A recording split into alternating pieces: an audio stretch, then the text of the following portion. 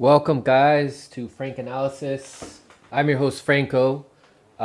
We are going to go live today with Marcus Cage, Chris Lawson, also from the Political Matrix, from the same channel that one of Marcus Cage's YouTube channels. That's where Chris Lawson is also from, and Kamali of Revolutionary Blackout Network. Unfortunately, Jordan, aka Y'all Bro, won't be able to make it today. Dontel, aka Unapologetic, also couldn't make it. They had some stuff that came up, but we will have them back on the show at some point. But you guys read the title, right? We are going to discuss whether being left even means anything today. So I'll bring the guys into the conversation as they trickle in. We got Marcus Cage here. Chris and Kamali are about to show up in just a little bit. But real quick, I just want to show you guys what you all said. Because I asked this in the community tab to see what you guys' thoughts are on this. I said, does being left mean anything these days? 80% of you guys said no. 20% of you guys said yes. I'm just going to read a little bit of the comments here. Liz says, it means you have to distinguish yourself with words and actions versus adopting any label. People are not politically educated, so labels and terms don't have meanings, but colloquial associations anyway. Ruby Creel says, not in the grand scheme of things. I think it's still different priorities in the right, but now we have bigger fish to fry, like the authoritarian issues. Plus, a lot of people, media, politicians claim to be left, when really they are corporatists, which is pretty much the same as the right. I call myself an independent progressive. Infinity. Being left means a lot. Saying you are left means less and less. As the left gets more popular, all the fakers start saying they are left. War Deer, shout out to him, I've been on his show, says left has been co-opted and watered down. Labels only serve to keep people from getting to know one another by way of giving an instant judgment to someone. Propaganda Live. He said, I really can't stand the effort by people to present that there is no left or right wing. The definition of left is anti-concentration of power, and the right wing is for concentrated power. This goes back to the French Revolution, when the left would stand in the parliament to the left of the king, and the right would stand on the right. For me, being left-wing means you want equality, and right-wing is wanting hierarchy. So propaganda there is using the historical definition of what being left is. Naturalist capitalist, aka Reed Coverdale. Shout out to him. I was on his show a while back. He's been on this show a couple times. He says, I'm not convinced it ever did. The problem with socialism is that we're all capitalists. So I'm going to go ahead and introduce the guests for today. We got Marcus Cage and Kamali. Chris is supposed to join us in a little bit. But brothers, what's going on? It's great to have you guys here. How are you? Doing well. Thanks for having us on. Appreciate it. Always enjoy our conversation. So love being here. Yeah. And thank you for having me. I'm glad to be back. I'll have the camera off for a little bit because I'm driving. So for this first probably 30, 45 minutes, depending on how bad traffic is today.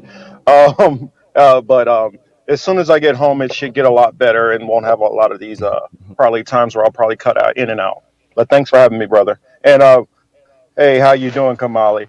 I had to kind Doing well. of Great to see you, brother. I made a little video. I had to push back against some of the stuff about the armed revolution stuff, but like I wanted to put out in the very beginning of it, this is no beef. It's still all love to my brother Kamali. Just a difference in perspectives. That's all. Oh, we Yep. are No, I saw the. I saw the tweet. I liked the tweet. I didn't get a chance to check out the video yet, but I definitely do intend to. Work's just been kicking my ass, got to serve our capitalist masters. Yeah, Hey, just I'm I'm definitely just gonna be checking out leaving. this weekend though. I'm just leaving from the capitalist masters myself because you're on the West Coast. Yeah. It's a little bit different. So for Yes. me, it's five o'clock. So I'm in the rush hour 5 o'clock drive. I mean, literally, I only live about 7.5, 8 miles from my job, but it takes me 45 minutes to get home.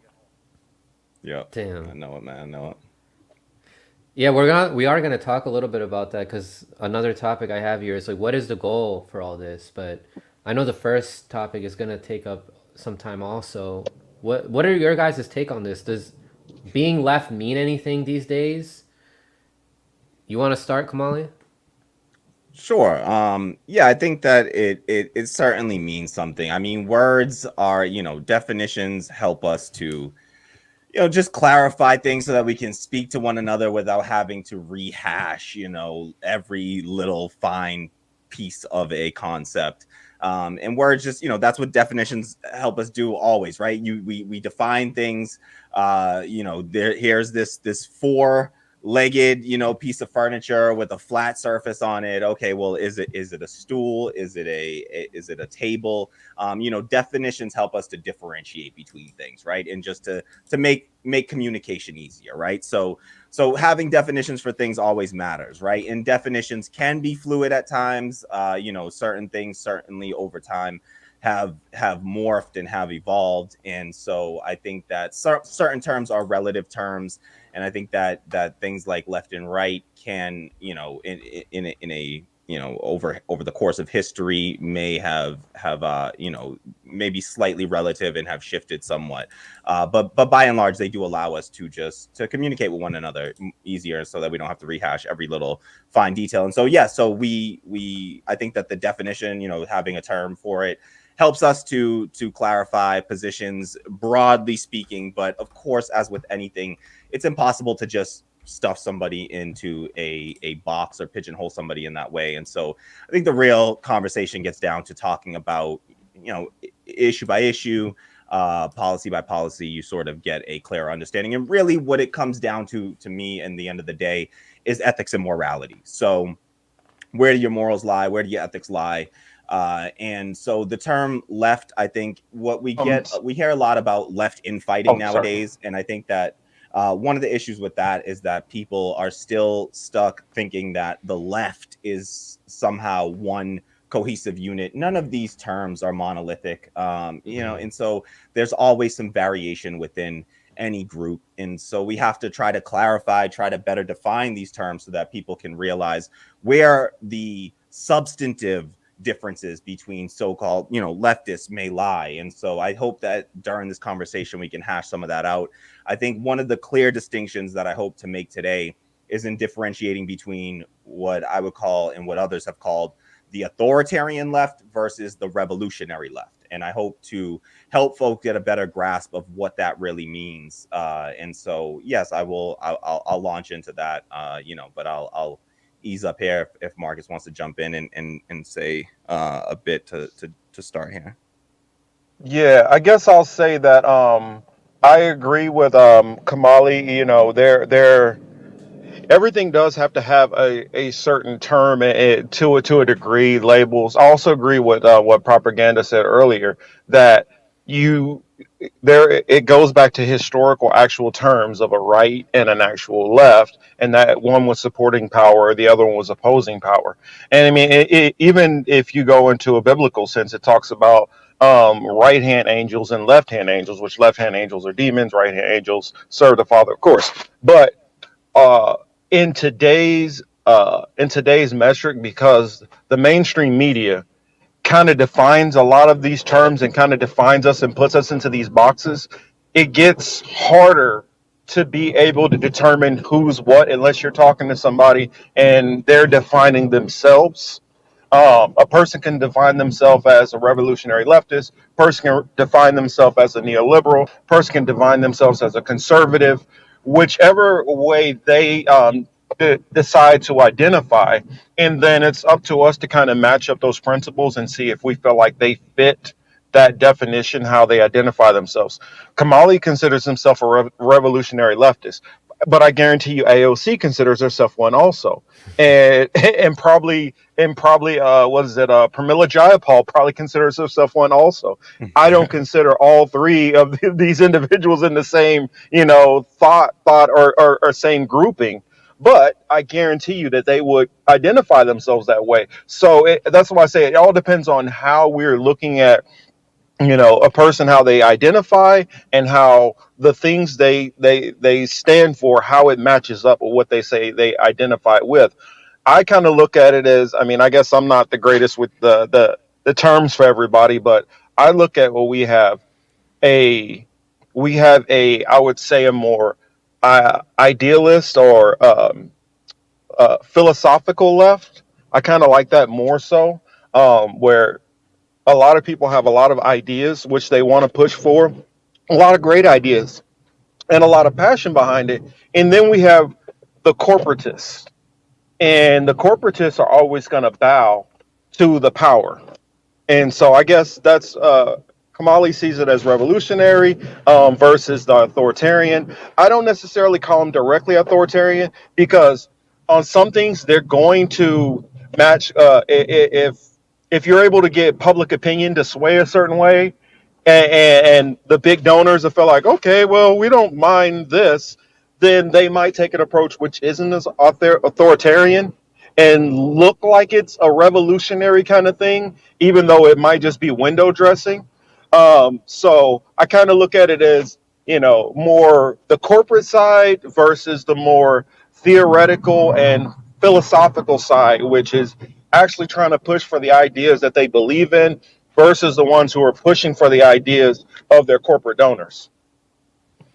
So there is this like idea people have in their head when they hear left versus right. Right, images pop up of like conservatives, right? You hear the word right wing, and what pops up in your head for most people is Trump or Trump supporters or Bush.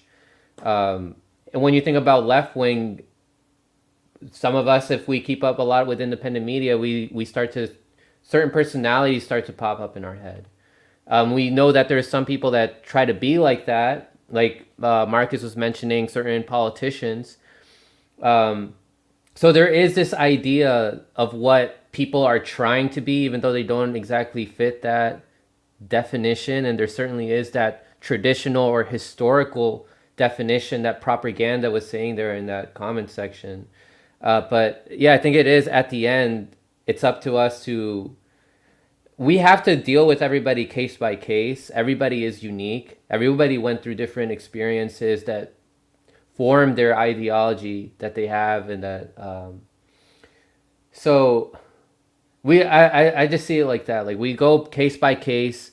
Initially you get an impression if somebody labels themselves as like, oh, like I'm a leftist or whatever, or I believe in this and this and this, I'm not, and you're like, okay, so you fit somewhat in this category. But what is your take, guys? Do you think that we should get rid of labeling, or do you think that it still serves a purpose? No, I think, as with any definition, we shouldn't get rid of labeling of, tiger versus cat, any more so than we should get rid of labeling like left and right. I mean, these things just help us to, again, communicate ideas that have been, well defined, in at least we've agreed upon as a larger population. And so if I tell you, there's a cat running after you or there's a tiger running after you, I think you're going to want to know the difference. Yeah. Both have 4 legs and a tail and fur. But there's clear differences clear distinctions between the two of those things. And so I don't think that we need to go tossing out these labels. They mean something. And I think that we can, like I said, terms do evolve over time, just like species evolve per se. But to throw away that metaphor for now, I think that, one, we can start to draw some lines, right? For me, I do not consider liberals leftist, right? That's a clear distinction for me.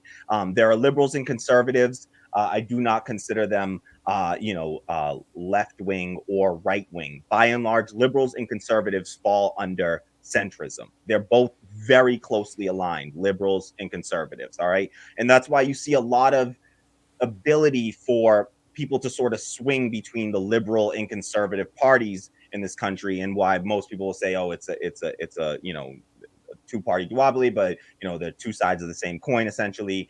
And so you have the folks that are sort of, they range from staunch social democrats. To me, one clear distinction for a leftist is being in anti-capitalist, but you got to say more than just what you're against. You have to say what you're for. I think that leftists will at least speak in terms of being anti-capitalist.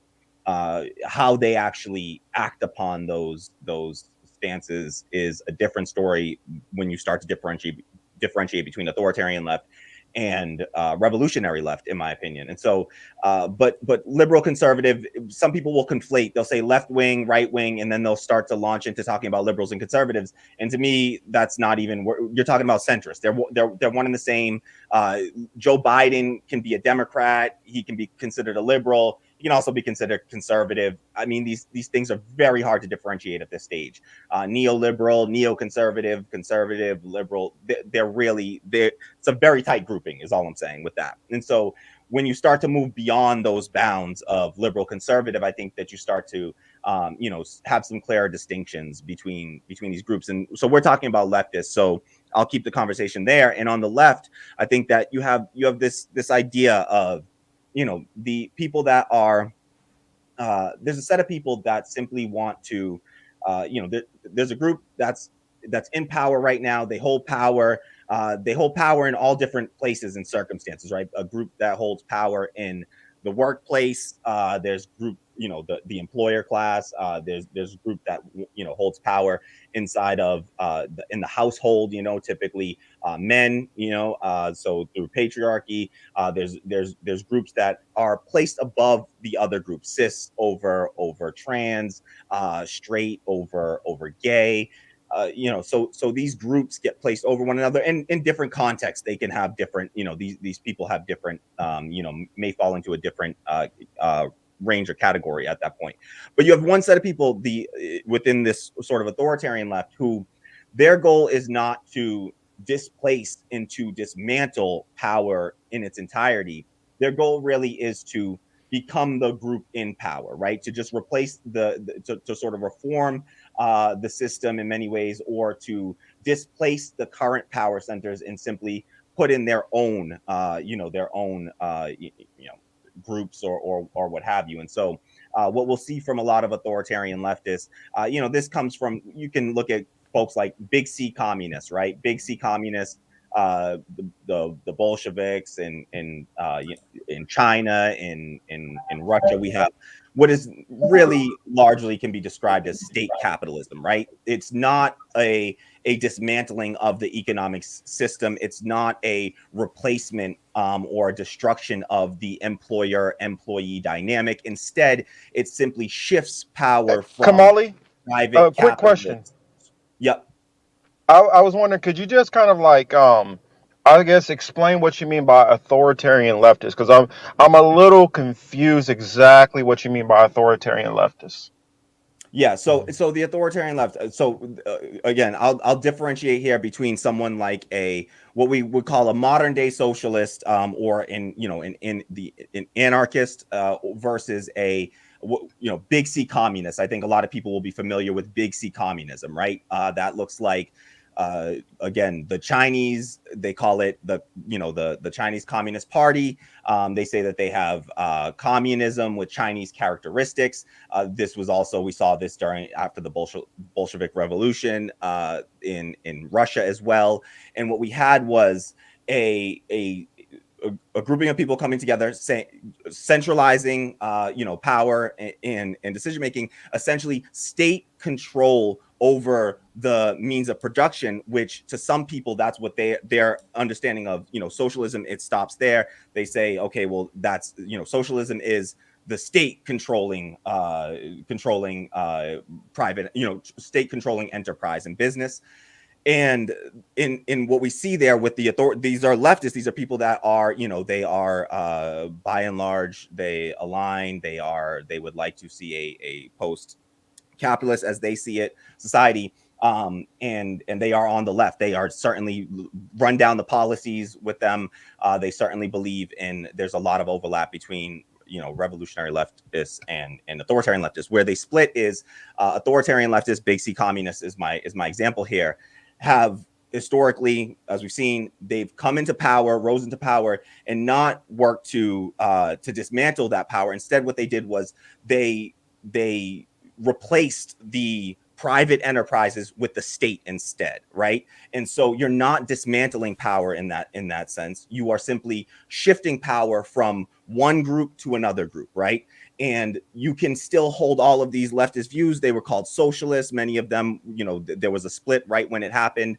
Rosa Luxemburg was one of the people that was, you know, what I'm defining now as a revolutionary leftist. Some would say a democratic socialist, although that term has been bastardized by folks like AOC, Jamal Bowman, and these types that are really not about that. But that term. So authoritarian leftists are people that are displacing the, you know, private ownership of business and enterprise here with state ownership of business and enterprise. It looks like it's public. It sounds like it's public. It really sounds good on face value, right? Public ownership of the means of production, right?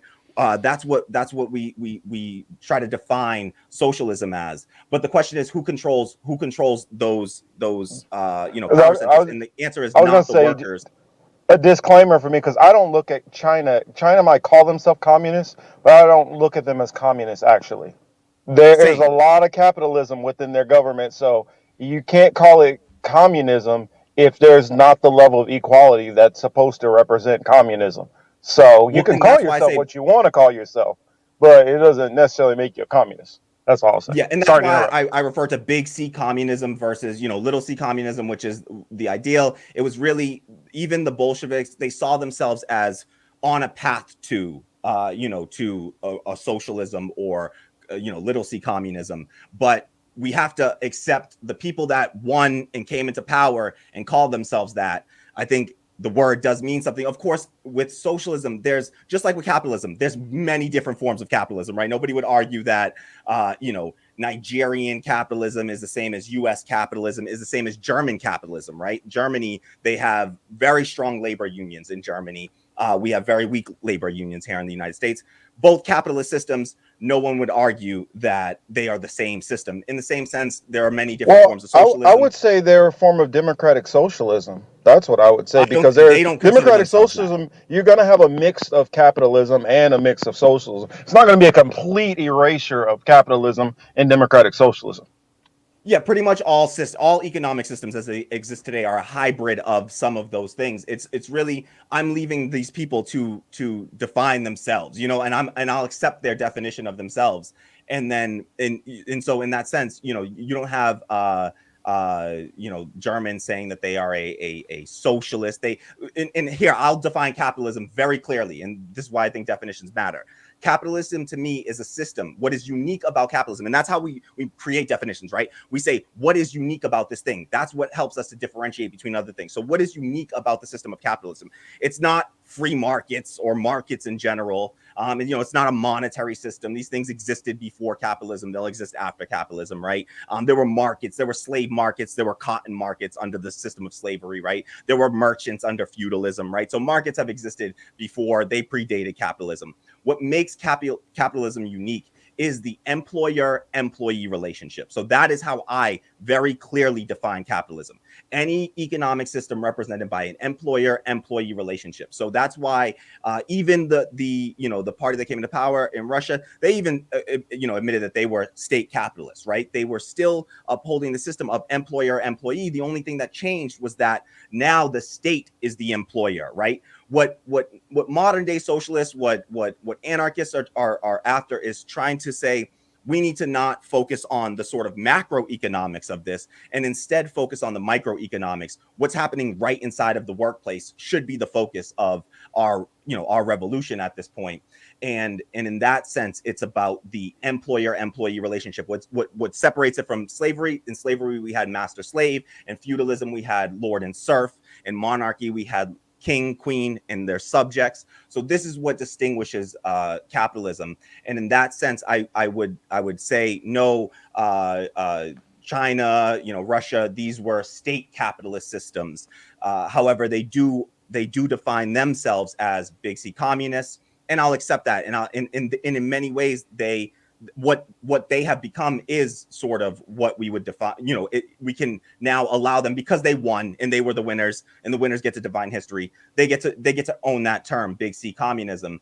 And so I'm just using that because it's how they describe themselves. And in many ways, it is different from a US capitalism. Let's be real. Their system is far different. The Chinese economic system is far different from the US economic system. They do all kinds of things that put us to shame. They also grow at a clip of about 4 to 5 times faster than the US. They've been the fastest growing economy over the 21st century. Russia was the fastest growing economy in the 20th century. So these so-called communist systems, while I have a ton of criticism of them, they were still able to succeed even by capitalist standards under those under those measurements. So feel free, anyone, to jump in here. I don't want to, I always have a way of filibustering, and I don't want to do that here. So Yeah, so Chris and Marcus, so the question was, should we get rid of labeling like certain groups of people and their ideologies? What do you guys think?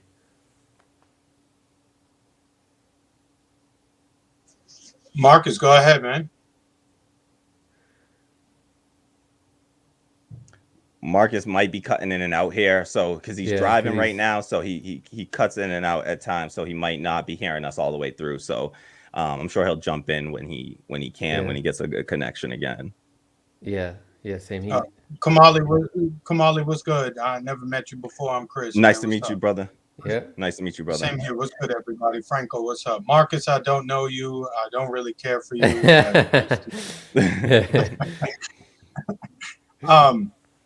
Franco, what was the question? Do you think that we should get rid of labeling, like, oh, he's left wing, he's right wing, or do you think that it's still important to use these labelings, like, oh, that's socialist, that's capitalist, or they're capitalist, they're socialist, they're democratic socialists? Do you think that these labels are important, or do you think that people should... Labeling is still important to use just to get a general idea of where people have their stances, but we should we should try to reduce our reactionary behavior when we hear those words, and dismiss people or generalize people when we hear that. What's your take? Do you think that labeling is still important, or should we get rid of it? I mean, I guess if the three of us was like at a bar or something, or at somebody's house, and we were talking and we were trying to describe somebody, I guess those labels come in handy at those points, right? If we just want to say, oh, like this person's a right wing because they like Trump, or they're into McConnell, or whatever. At that level, it's useful, but to try to hit everybody with that label, it's a waste of time, because just if we're being honest with ourselves, if we're looking at the coronavirus nonsense, the so-called leftists, they're doing everything that I never thought that progressive leftist Democrats would do, which is believe everything the fucking government says, right? Wear a mask, stay 6 feet, while ignoring what they're doing, right? They're telling you to do all these things, but when you see them in their private lives, they're doing nothing of what they're telling you to do. So I don't think it's very useful to start tagging everybody with names and all that shit. And keep in mind that was a lot of those terms came about lifetimes ago. How we would use it versus how they would use it is totally different. So it is kind of like it's a waste of time to try to label certain people, Marcus, are you okay? Sorry, I had really bad signal there. Okay. Yeah, I just caught a little part right here. This part kind of gets really bad signal.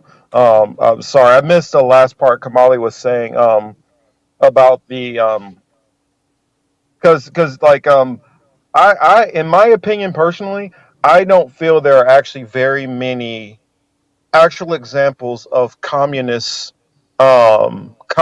systems that we've ever really had, because the actual true definition of communism is equality for the most part. And so if you have a supreme leader and you have billionaires and you have all that stuff going on, there's no way you can actually be equal. So for that, I think that what that is communism is the end goal that uh, governments or countries are trying to achieve through socialism. So yeah, there hasn't ever been a communist country in history. If they call themselves like the Communist Party, is because that's the end goal that they're trying to reach, and they're trying to achieve that through socialism. Yeah. Yeah, I agree with that. And I, I also agree with Marcus's point earlier that a lot of people have difficulty in self-identifying. I mean, that's a massive problem all throughout. A lot of people are just sort of passively political. And if you ask me what I was, about 5 years ago, I would have told you that I was fiscally conservative and socially liberal, which made no goddamn sense, really. Especially once you started to run down my political views, I was clearly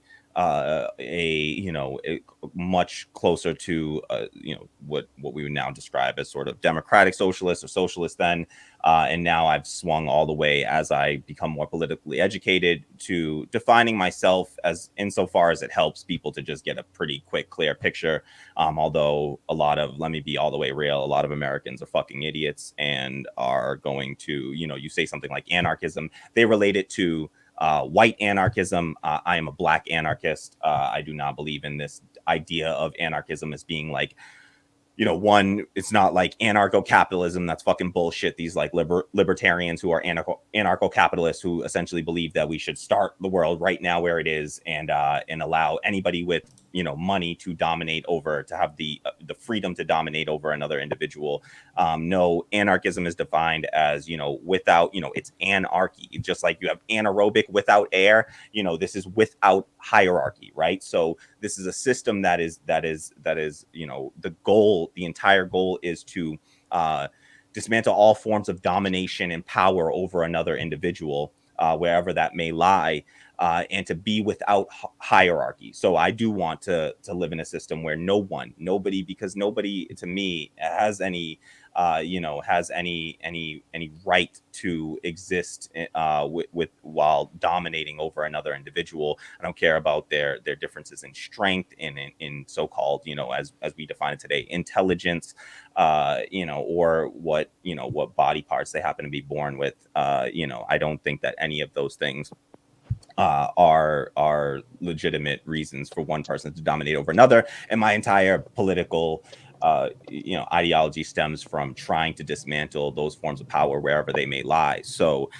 that's what I'm talking about when I talk about anarchy. And it's not about being without rules, it's about being without rulers. Okay. And so to that extent, this isn't like a ruleless system of just chaos. That is not what anarchy is. This is a very measured goal that we are after, and it's going to take time, just like any other political goal. It's not like we can go from 0 to 100 tomorrow, but I do think that it helps to define those terms, to explain those terms, so that people can start to, just like anything else, it just helps us to speed things along, right? If we don't have to sit here and have these conversations out every single time we want to explain where we stand on things. It takes too long to run down every last position. But if I know that you are truly about being beyond, moving beyond all forms of hierarchy, moving beyond all forms of domination over another individual, then that says something to me. And now we can start to get down into the nitty gritty and see where your contradictions lie, because contradictions exist in all of these systems. And we have to try to get to the root of all these contradictions, bring those up to the surface and engage with them, so that we are essentially practicing what we preach, right? I don't want to just talk the talk. I want to walk the walk. I believe the way that we can, move people forward is by leading by example, instead of just, sitting back and telling other people how to live their lives. We gotta go out there and we gotta be the example, set the example of how to to move beyond these systems. And so when I talk about being, post-capitalist, anti-capitalist, being anarchist, being socialist, these terms do mean something, and they can help us to begin to have a conversation that would otherwise take, weeks, months, years, just to get the basis down. So that's why these terms are useful to me. And I do think that it matters, somebody, not how somebody, like, like Marcus was saying earlier, not just how somebody defines themselves, but actually looking at somebody's beliefs and really, like I said earlier, the ethics, the morality, and where that lies. And if your ethics are about moving from the lower, from being below to being above others, then you're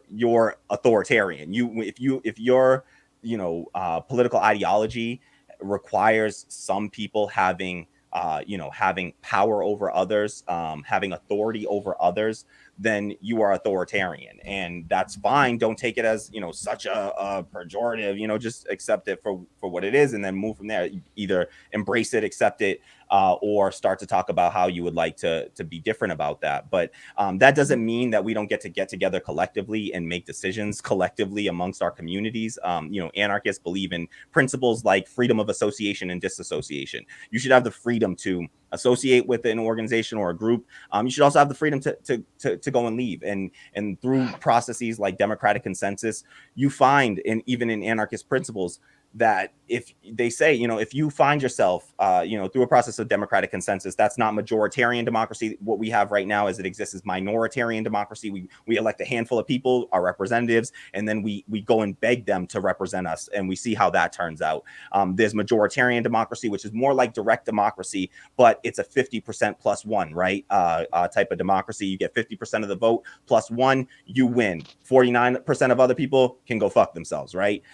That's how majoritarian democracy works. What I'm talking about with consensus democracy is everybody, every member of that democratic group consenting to any proposals, any policies that pass. So that means that nobody rejects it. It doesn't mean unanimity all the time, but it does mean nothing passes that I don't consent to, essentially.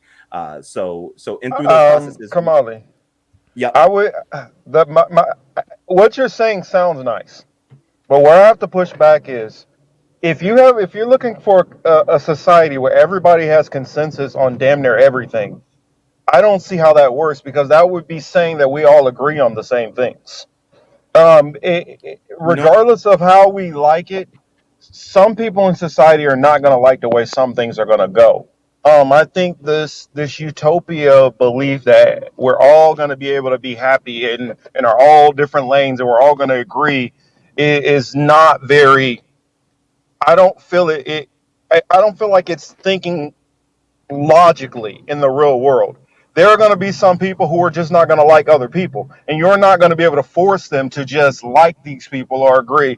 For instance, if another country is going to attack us in a war situation, some people might feel like we need to go to war. Some people might feel like no, we didn't. That we don't need to go to war. And if we try to go and find to every single person to get every single person say so, it, the process of going through that drags a lot of things down, and then you start running into the situation, since we can't get majority agreement on things, then how do you get anything accomplished?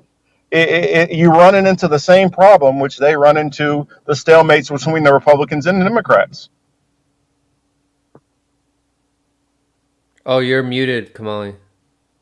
Sorry about that. So to respond to that, I'll just say, one, like I think you correct yourself at the end there, Marcus. It does not mean unanimity. There's definitely a position where you can say, I stand aside. I'm not going to help you implement this thing, but I'm not going to stand in the way of it. Of course, there are societies right now that are using democratic consensus and are functioning with democratic consensus. It's a system right now that exists in Rojava, in northern Syria there, and so it's not like this is a fantasy world, or and I don't ever mind being called utopic. I think but utopia is not a bad thing to that strive for. area you're talking about is a very, very, very small area, and we're not talking. I mean, we're talking about what at max maybe what 700,000 people versus a country of over 330, easily 350 million people with all kinds of different cultures, customs, beliefs, religions.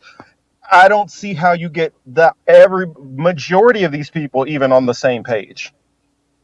Yeah, I think I, that people would have told you that about majoritarian democracy before that existed, and so I think that the reality is that it's not an easy process. Like I said, these things exist already. It's to say a country of 350 million, that's where we split, because I don't believe in a nation state, right? I don't believe in this idea of a nation or a nation state. What I'm talking about is a future where nations do not exist, where people literally have the ability to have that freedom I of don't ever association and see that. association. Of course, I don't nobody feel ever like that's sees, like, realistic. nobody under feudalism Marcus, You're saw thinking that.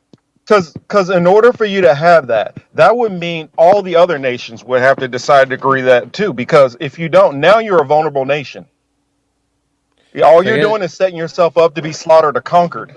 If that's the mentality you go It with. so. I think not that this necessarily. is possible to have only if our consciousness evolves. If people Yes. are, it's not. I don't think it's going to happen anytime soon in our lifetimes. I think this will happen in hundreds or maybe like 1,000 years from now, when people just see things more objectively and aren't driven so much by their ego and let that blind them too much. But do Do you you do you think ever see that? a This society? existed before in societies, right? A lot of indigenous societies And, existed like this before, right? but you're talking about something on a very small scale, trying to put that on a mass scale. That's where No, complications always come into. It's easy to have things. For instance, Epicurus. He's the one who basically his ideas are what founded the modern ideas of communism. Worked on a very small scale. When you start trying to scale it up, is when you have the problems. but why, if something can You hear exist me? You guys amongst hear a me? million people, Yeah. what's the argument that it can't exist amongst 10 million people? And if it can exist amongst 10 million people, what's the argument that it can't exist amongst 100 million people? You see, so we say small scale, but what are we talking about for scale? I mean, the entire island of Hispaniola, when Christopher Columbus arrived, they existed like this, right? This was 100,000 of people, the entire island existing like this, free of domination over one another, living in harmony. There were many other indigenous groups that lived and existed like this, essentially on the principle But of, like, you don't bother me, we won't bother you, right? Like, no, it we don't was need not. that when our needs, It, when our it basic was needs not are taken like care of. that. Are No, Would you it like me was to pull not down like and, that. quote It was Bartholomew it de las was Casas? Who, still. hold on, I, I, I, no, go. I'll pull it up, and I'll quote the gentleman who uh, accompanied Christopher w- w- Columbus. I'm telling you, Columbus went to one region and one location. Columbus didn't go over the whole entire. For one, Columbus didn't even make it to the continental U.S. Columbus only went to one area, Hispaniola. That's Yes. looking at one community of roughly, let's say, maybe 20 to 30,000 people who all live within one tribe. That's how one tribe operated. That's not a whole entire region. That's what I'm saying. Because all across, I mean, I have multiple different Native American ancestries within me, and they didn't even get along with each other. So to believe that, well, it was all utopia. What it was is they knew, okay, here's my land here. We're doing what we do over here. That's your land over there. You do what you do over there. That's your business. But they weren't all living in this perfect harmony. And then you also still had tribes which would go and pillage other tribes. I mean, I don't see, since the beginning of time, you have always had people who have had greed in their heart. People have always had hatred for no reason. I don't see how that we're just going to elevate to a better consciousness and escape that. So I'm gonna ask this question to Chris first because I want to get him in the conversation. And Marcus, you can answer this too. Do you think that living in harmony with everybody is ever achievable? You think it could ever happen? You think human consciousness could ever evolve to the point where everybody's understanding of each other, tolerant of each other, and more aware of their ego. What do you think, Chris?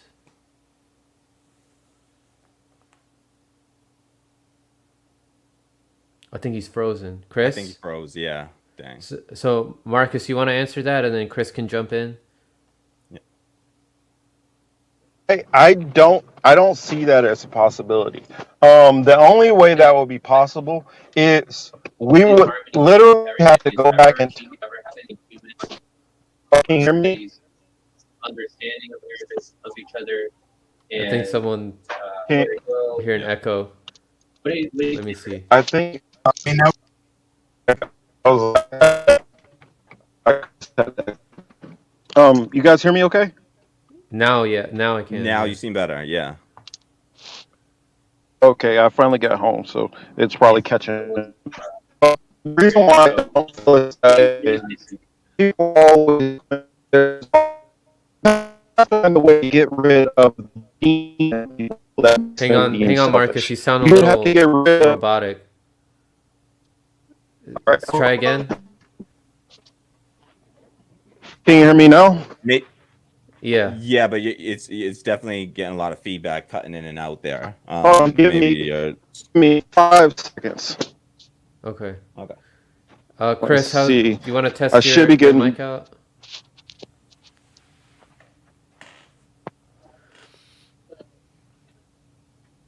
Okay. I think there's a little lag between Chris and us right now as well. Okay. Yeah, I think there's a delay. all right, can you guys hear me now? Yeah. Yeah, but I think you there's guys hear an me now? echo Okay, coming from there, Chris. Yeah. Here, I'll mute. Okay. Yeah, Chris, can you hear us? Okay. Yeah, try I can hear you. Yeah, go ahead. So do you think that this is ever possible to achieve? No, unfortunately, I don't. Is it lagging on my end too? I think you're good now. I just ran the test and like it's showing my connection is good, so I don't know. Yeah, where you're it's good coming now. from. We can hear you clearly now. Yeah.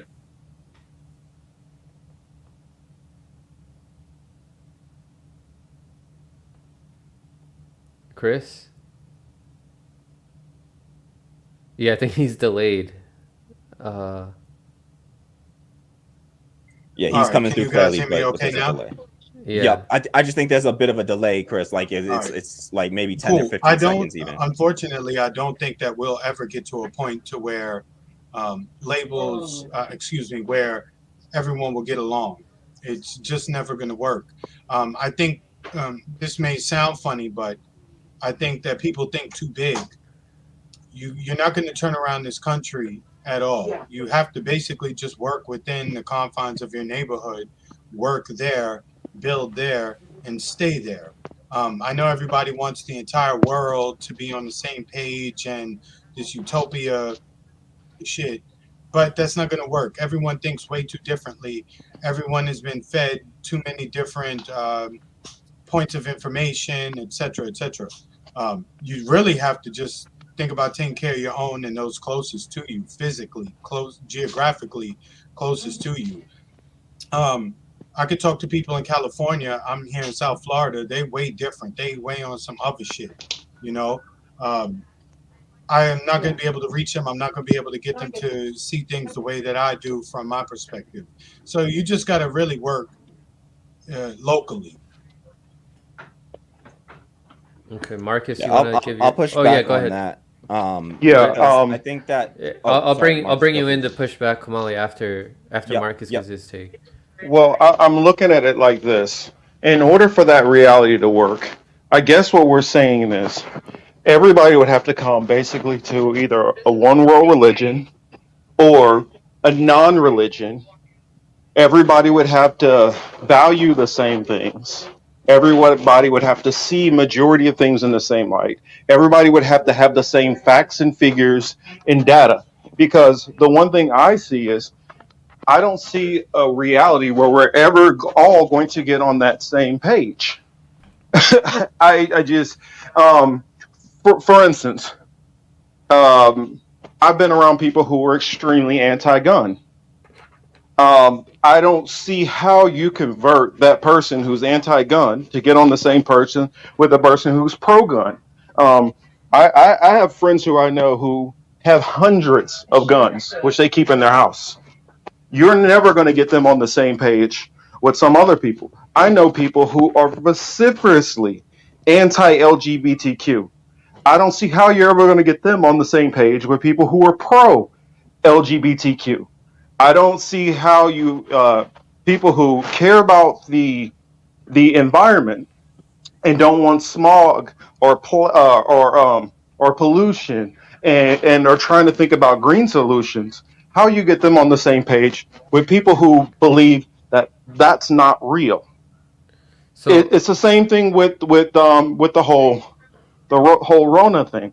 You so have real people real who quick, are Marcus. extreme mandate, and you have people who are against the mandates. And I just don't see how you. I mean, if we can't get together on some simple things, I don't see how you make the giant leap on these big giant world things. Real quick, Marcus, that's based off of like the different experiences that we've all had in this lifetime. But what about like hundreds of years from now, after all these different experiences have occurred throughout history? Do you think that people could live in harmony, like let's say like 500 to 1,000 years from now? No, because every We'll experience be that we robots. go through. There won't be any humans left by that time, Franco. Oh man, you Every well, guys are robot is like pessimistic. fucking well, AI chipped up. Like, yeah, there won't be any of like regular, like how we have our own thoughts. Yeah, it's influenced by what we've heard, what we've seen, but in the future, please, there won't be an original thought. So I hate to say that, but it's just a fact. If we just look at what's being laid down now for us, if you just take that and run with it 30, 40 years from now, 50 years, 100 years, and so on, you could just see there's not going to be any independent thought. None. Hmm. and also I would add, you have people who have extreme wealth. How are you going to get them to just willingly give up that wealth and just be like, you know what? I think that I should care about the people at the bottom.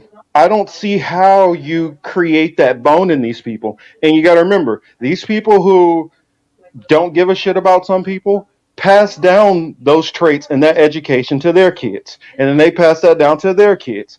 It's the same thing with people who care about people. They pass down those traits. It's the same thing with racism is never went anywhere, and racism is never going to go anywhere because you always have somebody passing it down.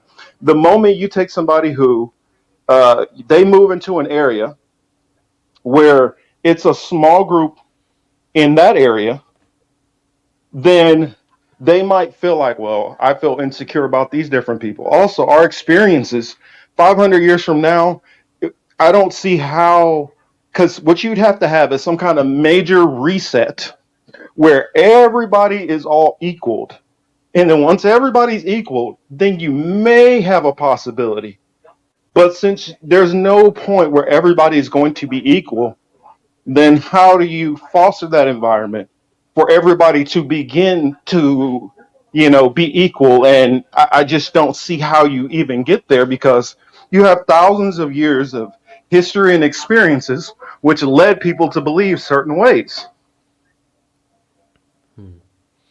Yeah, Kamal, you want to give your Well, pushback? well, Oh, my guys, bad, if I could Chris. add, if Franco, real quick, sorry, guys, if I Okay. could just add this real quick, as we sit here as regular folks talking about, fascists, liberalists, libertarianism, social democrats, etc., etc. Remember, the ruling class across the board, they have one ideology, one religion that they believe in. So while we're arguing about what box to put our neighbor in or ourselves in, remember, they all believe in one thing. So that's where we kind of fuck up too, as the regular people trying to figure out where we should put ourselves, what ideology, what ideas, what strategies. They believe in one thing and one thing only. And, this starts to move into Marcus's belief system. Look, some people read the Bible and they pray to God. Some people read the Bible and pray to the devil. If we look at the ruling class, if we're being honest, they don't believe in God, right? They believe in something else, and they show us all the fucking time. Whether or not we choose to accept it and believe it, that's one thing. But there is a clear belief system amongst the ruling class across the globe. It's not just an American thing or German thing or whatever. It's the same across the board. If you pay attention to it, you can really see it. Okay. And just to clarify, Chris, are you saying like their belief in money essentially? Is that what you're getting at? Like they all just believe in money essentially, or in power? Is that what you're getting at there? More or less. Okay. Yeah. Yeah, like, because for that I don't have much argument about that. I do think that there are different as we understand it, religions, within the ruling class. You got people that are, in Saudi Arabia, they are Islamic, and their ruling class is definitely, they believe in Islam. In the US, it's by and large our ruling class happens to be Christian. So I do think that there are variations in that. I think that at the end of the day, yes, the ruling class has one consistent ideology, which is a craving of power, exploitation, money, for sure. But I think that we give to I don't want to give them too much credit or anything like that. And I think that they still believe in God the way that there are poor folks that believe in God and still uphold a whole bunch of contradictory values that really don't align with what would Jesus do, per se. So in that sense, I don't I won't get too deep into that, because I think that there is variation within there. But I agree in the aspect of they clearly hold one thing valuable above all else, and that's power and wealth. Now, as for to get at some of Marcus's point, and I guess I can respond to both Chris and Marcus here. One, I don't I don't have some false sense of hope. Many days I am very I can range from nihilistic to feeling some strange rays of glimmers of hope. But it was Chris Hedges who I respect, who said we can't hold on to some idealistic concept of hope or anything like that. You contrast that with somebody like Cornel West that just believes in the sort of tragicomic hope, right? The idea of laughing in the face of all this hopelessness, and Black folks have to do that every day. Queer folks, trans folks, marginalized people do it constantly. They just have to laugh in the face of all the tragedy in their communities, and just keep on going, right? Because the only other option is to perish. And so I'm not about to allow or just stand idly by while Black folks or any other marginalized people just perish simply from this earth, or all of humanity perishes. I'd like to try something, and so I don't want to carry forth. Cornel West also says it's not enough to just have hope; you have to be a hope, right? And so you have to be able to try to, through your actions, encourage others and inspire hope in others, right? So one thing to push back on the idea that in order for us to live in harmony, that we have to somehow, everyone has to be the same. I just don't accept that. I don't agree with that. And that is not what anarchism is after, or, in any way, shape, or form. It's about embracing our differences, right? Embracing our differences. Now, that doesn't mean that we're going to have some people that are like, oh yeah, no, I'm okay with trans people. And then the other group is like, no, I want them all dead. And that we're just going to live in harmony somehow with those people. No, we got to get real. At some point, we might have to come into conflict with certain people. We may have to come into conflict as people that are trying to break down, get past the employer-employee dynamic. We may come. Richard Wolff recently said this on an interview he was in, and he's no like violent anarchist or anything. But he said, yeah, there may come a time where the conflict bears out, just like it did between feudalists and capitalists, or slave masters and capitalists.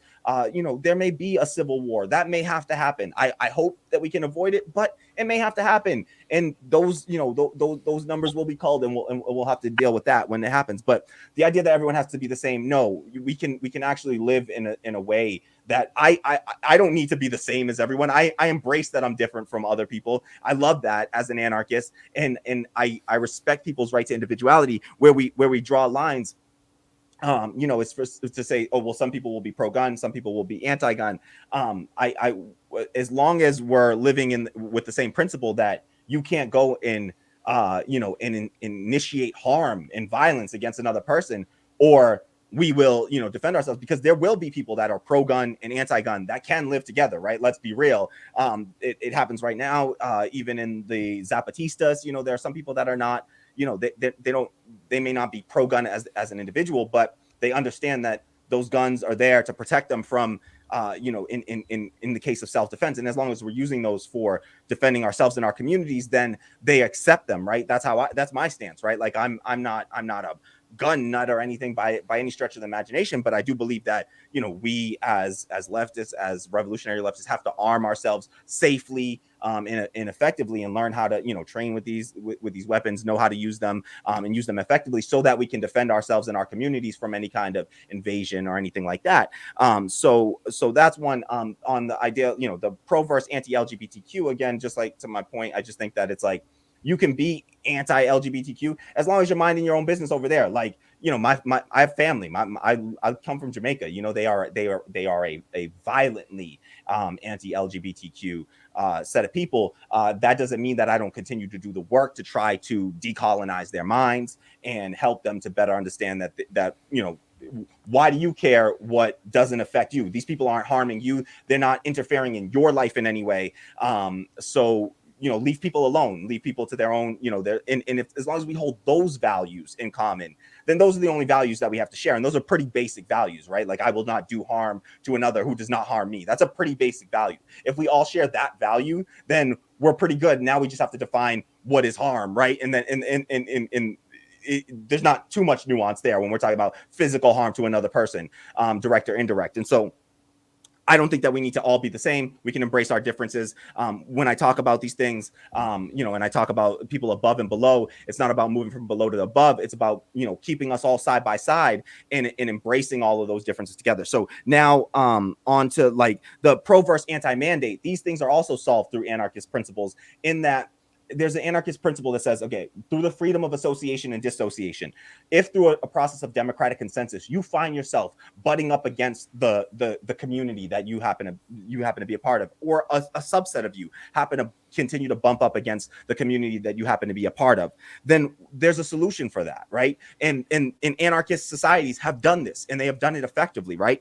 There were some groups, that I'm spacing on the name of the exact ethnicity of the folks that were doing this, but what they would do is, if you found that you were butting up against the larger group or whatever have you, you had some ideas. For instance, say 50% of us are pro mandate, 50% of us are anti mandate, or whatever number, 75% pro, pro vaccine or pro mandate, whatever you want to call it. 75% pro mask mandate, whatever it happens to be, or 50%.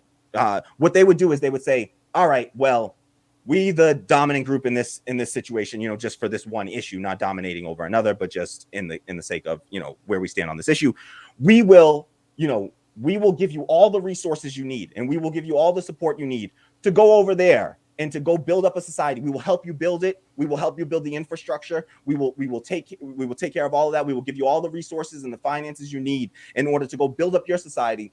And you go build up your society over there, and live in a way that doesn't, do harm to us, and we can coexist, right? So all the folks that don't want to get vaccinated, and if we decide as a group, hey, you know what, these people are pro-vaccine or pro-mask mandate, and the other people say, I refuse. Okay, well, we that is you are impacting public health. Part of the sort of contract with society is that we don't get to decide every last detail, right? We have to, if we agree that something is better, for instance, with smoking, right? We agreed that you shouldn't be able to smoke because your smoke is coming over here and harming me. Well, instead of us believe, your unwillingness to get, to wear a mask endangers my life. Okay, so you're putting me at risk. Well, listen, I'm not going to go and dominate. I'm not going to kill you. I'm not going to mandate that you do this. I'm just going to say, hey, here's all the resources you need.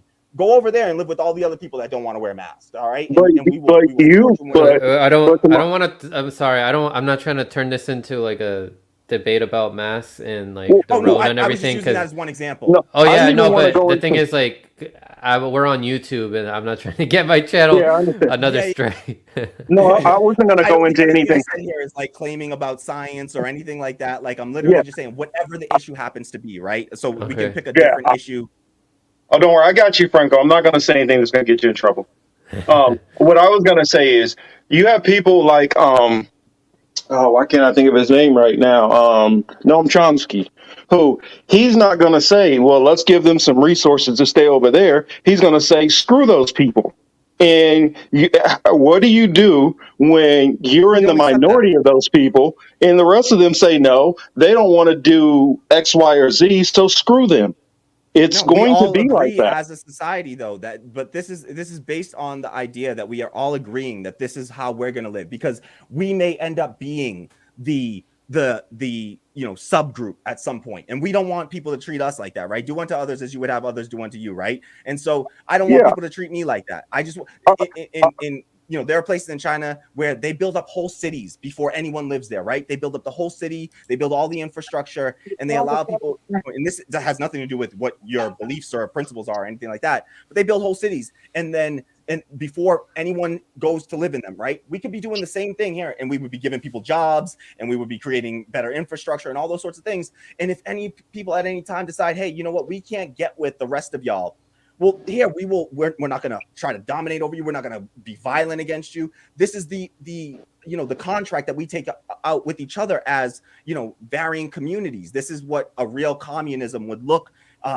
like. And you can even be anti-LGBTQ and you can go live over there as long as you agree to not try to do harm to other people. You can go create but everybody's not going to agree to not do that harm. That's what I'm trying to go that's what we're into. going. That's a big But do you think assumption that to assume that everybody is going to agree with that. Like, I'll give you a perfect example. A place where pretty much everybody is equal. When you get on the roads, everybody's pretty much equal in their own car, wouldn't you say?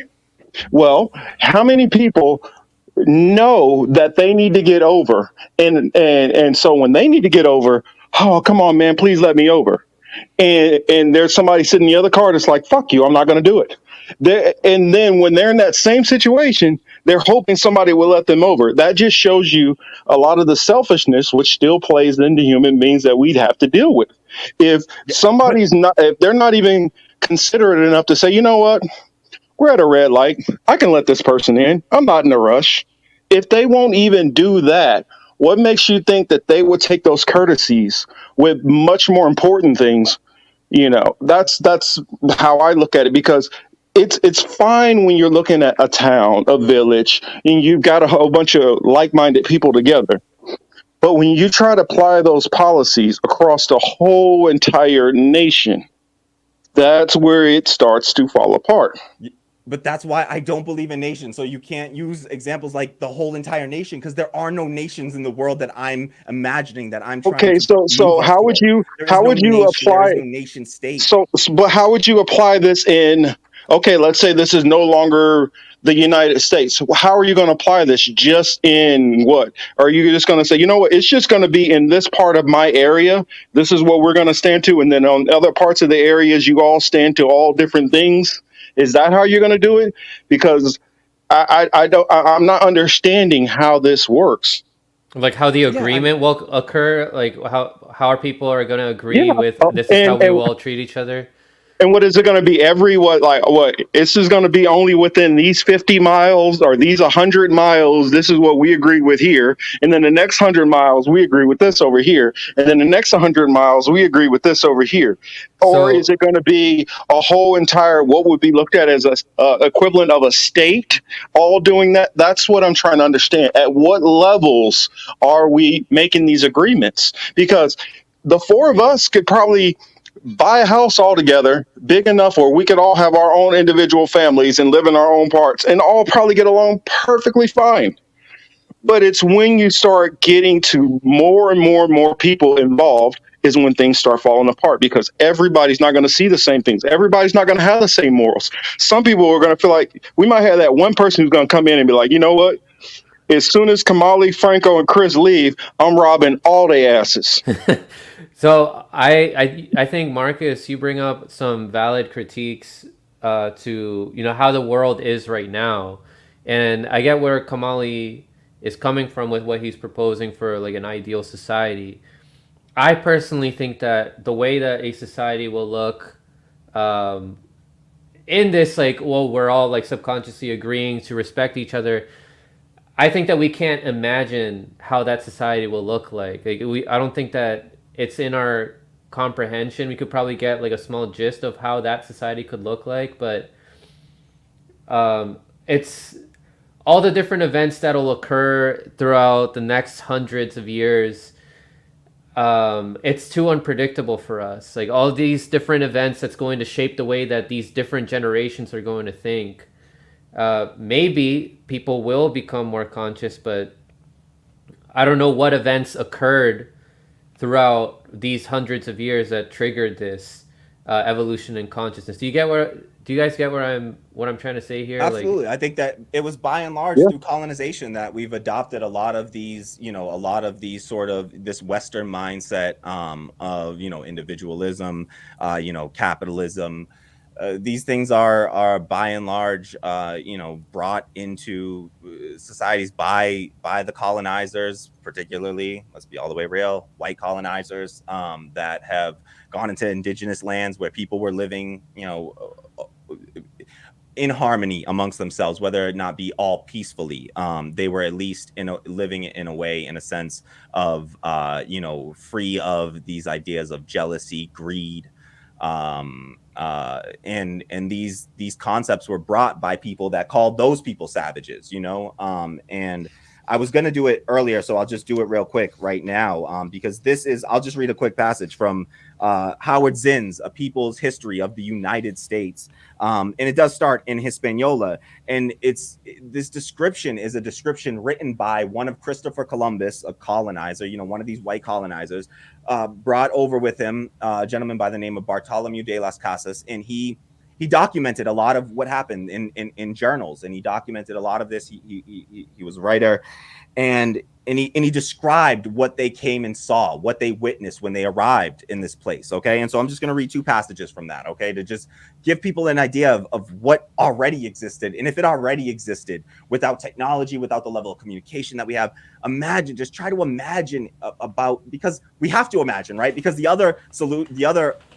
only other possibility is accepting, what Chris said earlier, and, just let it, the world perishing like 400, 500 years from now. And I'd like to not see that happen. So I'd like to imagine a different world and work towards that, right? Not just talk about it, but be about it, which I live these principles, right? So two quick passages. One, he's describing the Arawak, the Arawak people who are, modern day Haitians and Dominican folks, right? And this is on the island of Hispaniola. So he says, Technically, Arawak men and women. To be accurate, just Dominicans, because Haitians came over through the slave trades. Yes, exactly. Yes, of course. But let me be clear. There were Arawak people, the indigenous people, the Taino people, that some of them are still descended from. Let's be all the way clear about that. I know that. I'm a descendant of those people. I'm just saying it's a little bit of a difference. Absolutely, right. We're talking about Black Haitians, right? That were brought through the slave trade. Thank you.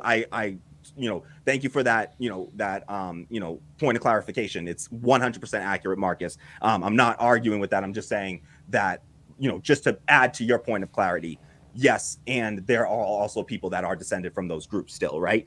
And let me be clear about something else. Those people that were brought over here, many of them lived in the way that is described here as well, before they were brought here, forcibly brought to to this country and to the Caribbean. So many of what is discussed here applies to the people there as well. But they talk about the Arowite men and women. They brought us parrots and balls of cotton and spears and many other things which they exchanged for the glass beads and hawks' bells. They willingly traded everything they owned. They were well built with good bodies and handsome features. They do not bear arms and do not know them. For I showed them a sword. They took it by the edge and cut themselves out of ignorance. They have no iron. Their spears are made of cane. They would make fine servants. With 50 men, we could subjugate them all and make them do whatever we want. Okay, so this is a lesson for us to learn as leftists, that about arming ourselves as well against these motherfucking white colonizers, right? And nowadays we got black colonizers, we got brown colonizers, we got all kinds, and we got Negro imperialists like Fred Hampton predicted. So I'm not saying that black folks are safe from this criticism either. But he goes on to say, marriage laws are non-existent. Men and women alike choose their mates and leave them as they please, without offense, jealousy, or anger. They multiply in great abundance. Pregnant women work to the last minute and give birth almost painlessly. Up the next day, they bathe in the river and are as clean and healthy as before giving birth. If they tire of their men, they give themselves abortions with herbs that force stillbirths, covering their shameful parts with leaves or cotton cloth. Although on the whole, Indian men and women look upon total nakedness, which is much casualness, as we look upon a man's head or at his hands. Large communal bell-shaped buildings housing up to 600 people at one time, made of very strong wood, roofed with palm leaves. They prize bird feathers of various colors, beads made of fish bones, and green and white stones with which they adorn their ears and lips, but they put no value on gold and other precious things. They lack all manner of commerce, neither buying nor selling, and rely exclusively on their natural environment for maintenance. They are extremely generous with their possessions, and by the same token, covet the possessions of their friends and expect the same degree of liberality. Okay. They also goes on to talk about, how they endless testimonies prove the mild and pacific temperament of the natives, but their work was to exasperate, ravage, kill, mangle, and destroy.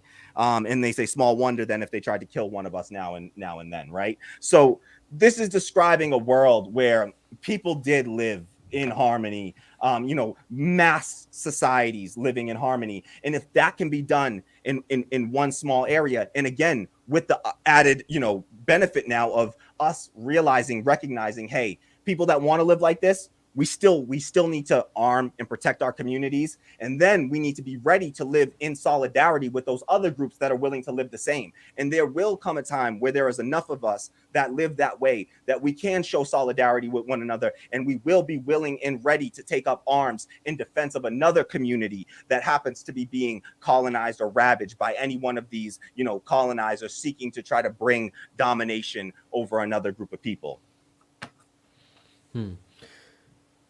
So that was back when there was more ignorance in the world. There was more hatred. There was more selfishness, fear of people that look different. Like these people, like they appeared to these white people as though they were savages because they didn't. Oh, look, they don't have as much technology as we do. We can take advantage of that. But as time passes on, I think people become more informed, become more aware because there's more information available to them. There's more history, and I do think that as time passes on, people become less ignorant. But I don't know. What do you guys think, Marcus and Chris? And sorry, you're muted, Marcus. I'll hand it off to Chris first. Okay. No, go ahead, bro. You live. I know you was waiting. Plus, you got your moment. You on the camera. Live. Finally got home and set up. Good signal. I would just say that all of these things, there are possibilities in very small circumstances, and history shows you in small locations, in small numbers of people, it works. I don't dispute that. It's just like You have areas of Alabama where people are extremely conservative and they all have their evangelical values and they all get along perfectly. Just like you have liberal bastions where all of these people think the same way and or think similar and kind of agree on certain things, that you don't have as much disharmony. But it's a matter of when you try to breathe these things on larger scales, then you start to have the crashing of the two worlds coming together. What a lot of people don't realize about Christopher Columbus is Christopher Columbus was already slave trading off the coast of Africa before he even came over here. That was his whole purpose. Even though people think, oh, well, he was trying to go to the West Indies. No, he wasn't. That's not what he was trying to do. He was sent over by Queen Isabella and Ferdinand to get slaves. So that was part of his motivation in the first place. So if you have people who are dealing with warring, and that's their culture, to war, to ravage, to rape, to steal, to pillage, and that's passed down, those traditions. And those traditions are going to keep being passed down. That's what I'm saying. Even 500 years from now, there'll still be people who are going to think that way. And so how you try to put a community, I mean, look at it like this. What happens the first time when they start having famines? You're saying that there's not going to be one person who's going to be greedy and start hoarding. You're saying there's not going to be somebody who's going to decide, let me go start knocking people over the head and taking their stuff. I think that there's always going to be those impulses inside of people, because that's how some people are in general. Some people have a mindset of hope and peace and to get along, and that's how they are. Some people have the mindset to get over on people, and that's not going to change. We're always going to have these types of people throughout time and throughout history. And so I just don't see a reality where we get rid of those people. Also, I don't see a reality where the elites are going to come down from their pedestals. In order for all these kinds of things to happen, you have to get rid of the elite. So the people like who literally own the Federal Reserve, I'm not talking about a Jeff Bezos. I'm not talking about a Zuckerberg. I'm talking about the people who make them look like they're broke. The people who literally do own whole nations' debt. Those people are not turning over nothing. And their descendants aren't turning over anything either. And so as long as you still have those people, they're going to want to control the resources. They're going to want to keep the power that they have. And they're going to want to always force their will on what they believe how things should go. Those same people who are the ones who control a lot of our media, pump a lot of information in, and try to guide the conversation on how things are going to go. I mean, I ask people, is it a coincidence that we had the Kyle Rittenhouse news and verdict all pop right around the same time, and then you have Ahmaud Arbery, and then right now you have something right, I believe, where the police officer, she shot the guy, and she said she was going for the taser. That trial just started. It's these things are not all put back to back to back to back to back on accident. There are people who are intentionally trying to control narratives, intentionally trying to direct us in certain directions to focus on this or focus on that. And I feel like that completely ignores the whole Davos crowd.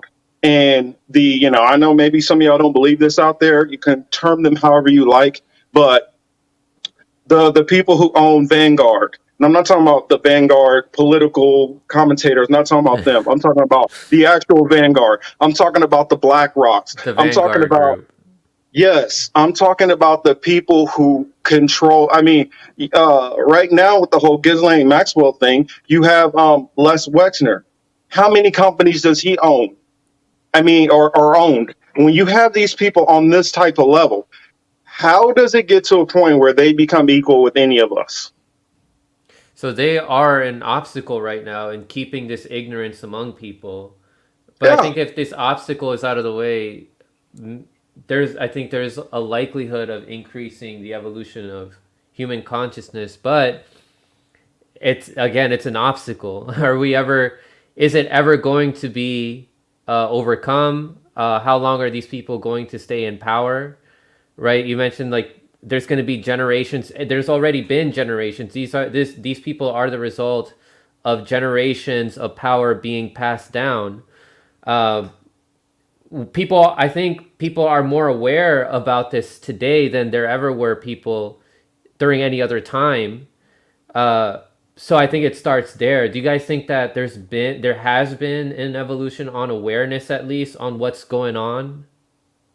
And we can start with Marcus or Chris, and then we'll hear from Kamali, and he can have his pushback. Chris knows a great deal about a lot of these people and the ties, and I'll say the 13 families. If people don't have a clue anything about the 13 families and what I'm talking about when I say that, then I feel like there's still a long way for people to go to understanding the grips of this control that these people have had. It's not like, oh, all of a sudden they're in power right now. These same people were the ones who extorted Woodrow Wilson back in the day to force him into war. These are the same people who were sitting up there sipping tea with the Bin Laden family and the Saud family. These are the same people who, if you go back to World War One, they were the ones who owned the whole entire British debt and most of the powers behind their economy. These are the same people who decided, oh, we're going to go into Tibet, we're going to go into China, we're going to go into this parts of Africa, we're going to go into this country and that nation. They're the ones who decide a lot of these things that most of us have to react to. Yeah, And and Marcus, started. they keep us ignorant because they control the media. Also, they own that. If you Yeah, look at who owns MSNBC, yeah, you see Bill Gates' name there, but it's also the Vanguard Group, BlackRock, right? And who owns those? ABC, Right, Alphabet. right. Fox News, all of those are owned by the same people. So they Yeah, maintain but like, this but ignorance to try to keep us nobody under divided. nobody under age like 50 listens to mainstream media anymore. So like, But Oh, it, they're but trying they're to all evolve controlling at though. this They're point, guys. Like, well, it's not about them listening to mainstream media. It's about the fact of why certain channels only have it's why certain channels get completely taken down, why certain channels get propped up, why channels get shadow banned. It's a reason why. You can have somebody get on and do a video of them flipping cups, and tomorrow they could be up to 1,000 subscribers. Why I can be sitting here breaking down history, actual information, and people will never hear it, and it's speaking into a void. It's a reason why these things happen. It's not necessarily about, well, nobody's listening to mainstream media. Well, if these people try to be truth tellers on their platforms, then they can also marginalize you and keep you, okay, well, this person right here likes what Marx is talking about, and okay, so we'll just only feed them a certain narrative and keep them in the bubble. And so this is a whole isolated, quarantined off community. There are certain content creators which we never hear about that might be breaking all kind of information, and they have control on these types of platforms also on the Rockfins. Even though Rockfin's not as bad, all of these platforms, Rumble, whichever one you want to they're go to. evolving with the times, right? They do Yes, see that thing that Kamali just mentioned, where it's only 50-year-olds and 60-year-olds, and in Fox News' case, 70-year-olds on average that are watching these channels. Oh, but look at this! People are attracted to this independent news. Let's get our hands in there. We own big tech, right? Let's get those guys over at Google to shadow ban these people that are trying to expose us, that are giving real information out there. This is how they're evolving. So yeah, over time, initially you did see that control over the television, but now that we have the internet, they're controlling that. We're seeing the initiations of this metaverse, right? yeah, and Uh, they're buying records amounts of that right now. mhm. yeah, but Go the ahead, thing is, Kamali. I'm a software engineer, so I get to have a front row seat to some of this happening. I've worked out of Silicon Valley, and seen the types and the people that exist over there. But because of that, I think that it largely just sort of demystifies a lot of it for me, and it makes it so that I don't take them too seriously. I take them seriously enough to know, yes, they are able to control these power centers, the channels of communication right now. They own all our data. we got people that are now, left-wing folks that are joining a organization, a platform that is literally controlled by one of the investors in Palantir Technologies. Look it up, Palantir. We mentioned it a little bit last week when we were on. It's called Callin, Callin. Yeah. And you can see who owns it. It's David Sachs. Again, I'll just spell it all out for everyone. Sacks, not Sachs. It's not Goldman Sachs. It's David Sachs, who was an investor in Airbnb and Facebook. These groups that they like to control data. Palantir Technologies works directly with our intelligence agencies in the U.S. And is essentially an arm of the intelligence agencies. So the thing is, though, that we, as or me as a leftist, the work that we have to do is in starting to build dual power. All right. And say whatever you want. We had a solution for the kings and the queens and the monarchs and the lords that wanted to rule over people. And what we did was we separated their heads from their bodies. All right. And so shit can happen, all right, if people are about it, all right? And so but even these kings were puppets. They were puppets to the people who really control the money. It's always puppets. But you know what? When the puppet loses his head in his control, I'm sorry, but you can't tell me that the Bolsheviks that came into power were the same people that they had just overtaken, or that during the French Revolution that it was the same people that they had just chop their fucking heads off in the streets. No, what I'm saying is those kings and queens, touching them never touched the real power. That's what I'm saying. It never touched the real power. So let me talk about the real power, because the real power has always lied in whoever controls the surplus of labor. All right. So in any economic system you look at, you have to look at who is controlling the surplus of labor. Under kings and queens, you had to go and you had to bring your tithing to the king and queen, and you had to, you did your work and then you brought whatever to bestow upon the king and queen. They own the surplus of the labor. Under lords and serfs, the serfs would work the land of the lords. Sound familiar? The land of the lords 4 days a week. 3 days a week, they were allowed to work their own land for their families, and whatever they reaped from whatever they harvested from that, they could use to feed themselves and their families. Who controlled the surplus of labor under slavery? It was the masters. The masters controlled the surplus. They would give the slaves only just barely enough, housing, food, to keep them alive so that they continue to work for them, right?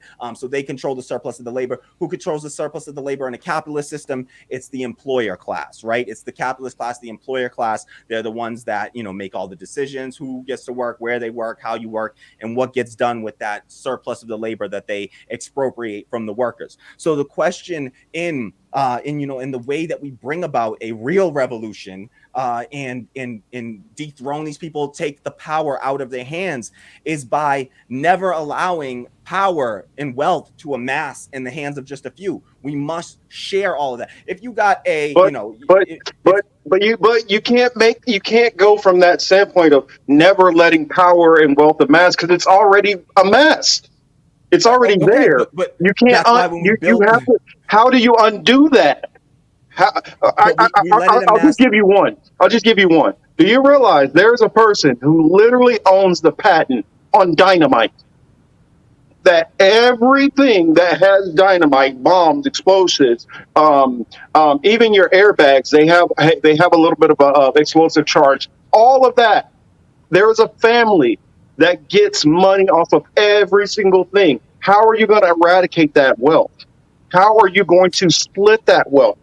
I don't see how you do that, especially when nobody knows who that person exactly is. Now, I do know which family that is, but I'm not going to go into it here. But I'm not talking. You're still looking at CEOs and capitalism as the main thing. What I'm telling you is these same people who fuel these revolutions, who put the money behind them, because they decided, you know what, I want that king out of there. It's like I'll bring up Game of Thrones. In Game of Thrones, they had what was called the Iron Bank. The Iron Bank didn't really give a damn about who was sitting on the throne and who the king was going to be, because they ultimately had the actual power. What I'm telling you is the banks, these people have the actual power. The power is not in the system. The system is just the moving parts. But there is You can't somebody eat who's at the top dynamite, right? moving these parts. You're talking Like about last. just kind of changing the deck chairs on the Titanic. I mean, these are Nope, nope, nope, these nope, these nope. people are not controlling anything. No, I'm definitely not talking about just shifting around deck chairs on the No, Titanic. what I'm I'm talking saying is about the people. building our own damn boats, you know, so that What we I'm saying ain't is relying. the very same people who were loaning the kings and queens their money, or the same people who were loaning the slave masters their money, or the same people who were owning the corporations their money, the same people who loan everybody still their money. It's still the same people. They have never went anywhere. I mean, you go back to the Freemasonry and you go into the Illuminati groups, they have never went anywhere. They are still here. That's what I'm saying. It's not just, oh, well, you get rid of a couple of CEOs and we switch out this. These people still sit above that system. Not in the new systems that are being created, period. Like these Yes, people are not funding these groups. I mean, it's just the reality on the ground. Like are you seriously saying that the Zapatistas are funded by big money? Come on, fuck that. No, absolutely not. Zero. There's no big money flowing into the Zapatistas. It doesn't have to be one. It doesn't have. You can have individual organizations which start building up a little bit of this and a little bit of that. You can have, Montergal in Spain. You can have little co-ops here. You can have that there. But when it starts getting to a point where you think it's going to overtake the system that's in play, that's when they step in and they will say, no, enough. We're not. They weren't able to stop it under monarchy. They couldn't stop it under feudalism. They couldn't stop it under slavery. Like slavery doesn't exist. What you're acting is that are you not? I don't know if you're listening to what I'm saying. What I'm telling you is you're focusing on the slavery, the corporations, the kings, as if they have the power. What I'm trying to tell you is they are not the ones with the power. Marcus, you're telling me that the kings didn't have the power. The kings and queens didn't have the power. The kings still answer to people. That's what I'm telling you. I don't accept.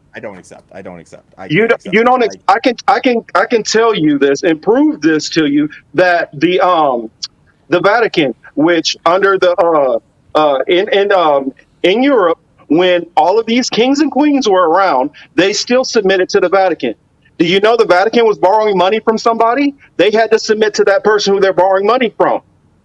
That's what I'm trying to tell you. There is somebody above that. There is somebody who was above these kings. Right, so here's my thing, Marcus, right? If that's the case, right, and there's no hope and these people are always going to control everything, right, and we can't do anything about it, why not, like, folks like you, just go away and just go live your lives, right, and just go live your lives somewhere else and let the rest of us I have a belief system which do something about because it. I have a belief system which is outside of your understanding. That's why. No, Marcus, think about the responsibility you have as somebody with a platform, right? What you're telling people is there is no hope. There is no hope. These people will control things. They're in the background there. We can't see it. We can't feel it. This is about as, this feels very religious to me in a way of like, this is something we can't see. I am a very religious person. And so I do think from a religious standpoint. So I don't live here's Kamali. I don't live in this atheistic world, which you're thinking about where, oh, well, we just got to do this and do that. Atheistic. I'm like, what? I look at greater power that will handle these types of things. I'm not thinking that I can pick up a gun. No. I'm not thinking I can pick up a gun and fight this battle. Burn to death, okay? Quadriplegic brother burned to death. I'm not going to accept a greater power coming in. He was a good person that did nothing but good things his entire life, and he burned to death and had to live through every fucking second of it, okay? Living through all that fucking pain. And that's you. That's you. That's a higher power that has a bigger you don't plan. Have to. If he has a greater plan, then why you try to change anything? Have to. Why try to do anything? You don't have to believe about it. But good. You so why talk about it though? Is what I'm asking you. To believe it. Here, can I explain then? If you're going to say, well, why this, why that, then let somebody explain. The reason why is because if I can explain to people what's going on, they can prepare themselves in their own life to defend against certain things. There are things to still worry about than worrying about thinking you can change the world tomorrow by having some utopia. So There I are more think things to worry about than that. real quick, guys, like, real quick. I think this is what Marcus is getting at, Kamali. Like I don't think that he's saying like there's no hope in any of this, right? That's not what you're saying, Marcus, right? You're not I'm saying that this saying is that hopeless. there are things around the margins which you can do. There are things you can do in your community. But thinking you can flip this whole system that's been running on for thousands of years, no, I don't buy that. But Okay, I don't see. I but I disagree think that the what you system has are, been running for tr- thousands of years. I It think has what you are, been. hang on. I think what you are trying to say is if we are trying to be like revolutionaries or work more with our communities to at least not rely on these corporations, we should be aware of who exactly our enemies are and how they are operating. So Yeah, increasing awareness um, about our enemies, that's what you're proposing, yeah. right? If you live in the mindset that these enemies don't even exist and they have no power on it, then you never can do anything against it. No, You're but I'm thinking I'm you're very clearly, distinctly saying no. these are the enemies. The enemies are the capitalists that we can see and feel, that we know exist. And listen, even by your own definition, Marcus, even if there are people one layer behind them, right? I don't care. I'm taking away literally their power centers. I'm saying if we organize together, cooperatively, collectively, workers owning the means of production over their workplace, over their housing, okay? Listen, you can't eat dynamite, all right? So whoever the fuck owns dynamite, good for them, all right? They can't eat that shit. Somebody still got to produce food, Yeah, right? but Those are necessary things to if you're survive, sitting right? on $1 trillion, if you have basically money What that if can your last, money means nothing? Like, look at where it the rate does of mean something because it might not look at buy Greece. you, but there are always people that will be bought and controlled by money. But what about Greece? What about what happened in That is Greece? Literally, ridiculous to money. think that money is not going to that they're Hold. still not going to be able Look to at have it. people who are going to work for them and do their bidding. But look at the examples of Germany, Greece. There was a time in Germany where you would have to go. They got to a point where inflation was so high that you would work your job in the daytime. You would have to get paid at the end of the day. At that time, the husbands would literally run home to their wives to hand off the money for them to go buy bread and milk and the things that they needed, right? Because the rate of inflation was increasing so fast that by the time you made it home, your money was worth half as much, 10% as much, 1% as much as what it was when you left your job that day. Okay, so yes, money is this thing, this social, it's a construct, right? And just as easily Yeah. as it gets constructed, it can be deconstructed, right? And so these things, look at what happened in Greece, with the rise of Syriza. Money, the ATMs were stopped giving out cash. It was just like, it's useless. This paper is useless. So listen, like, I forget where the quote comes from, like an indigenous group to say, when all the water, when all the water is dried up and all the whatever, when all the soil has been poisoned, then they'll realize that they can't eat their money, right? But like money isn't as real as we may think it is. We saw Okay. the Fed just last year pumped in like $1 trillion a day into markets to prop them up, right? So like money isn't as real as we think it is. And what it's really about is who is creating the actual value, and what do we see as actual value. And I'm telling you, there are people, if you have the ability to grow your own food, to again, protect your own communities, Kamali, why are diamonds so expensive? because some dumbasses thought that having a rare material that happens to be rare here on this planet is somehow It's not worth rare.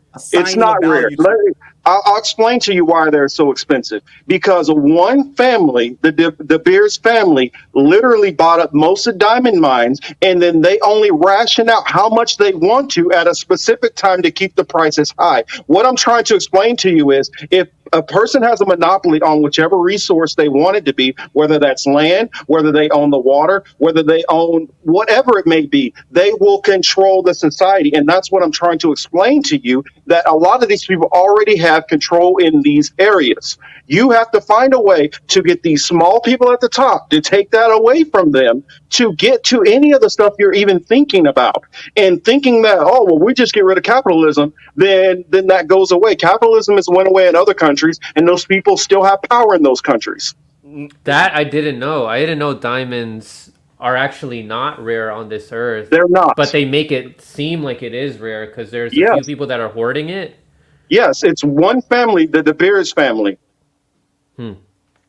And is Yes. the same true for like gold The, and the same is silver? true for a lot of things. Yes. It's a handful of people who just hoard it, and then Okay. they control the inflation of each thing. But those things only have value insofar as we assign value to them, right? They don't have intrinsic value, right? Intrinsic values, that's water, that's the soil, Yeah. right? That has That is intrinsic true. Yeah. value to it, right? So that we need to survive, okay? And if you look at who actually has control over those things, right? Who and when I say control, who's doing the actual growing of food, you know? Now in this country, it's been largely industrialized, and that's why we have to be careful and be wary of those things and not allow, big, these big food, and big farming to come in to destroy the little local mom and pop farmers. My dad's a farmer in Jamaica, and the way that they live off of the land is much more in harmony with Mother Earth, and so the Well, people even in the global South and that are here the we're going to talk major about producers of farming. food.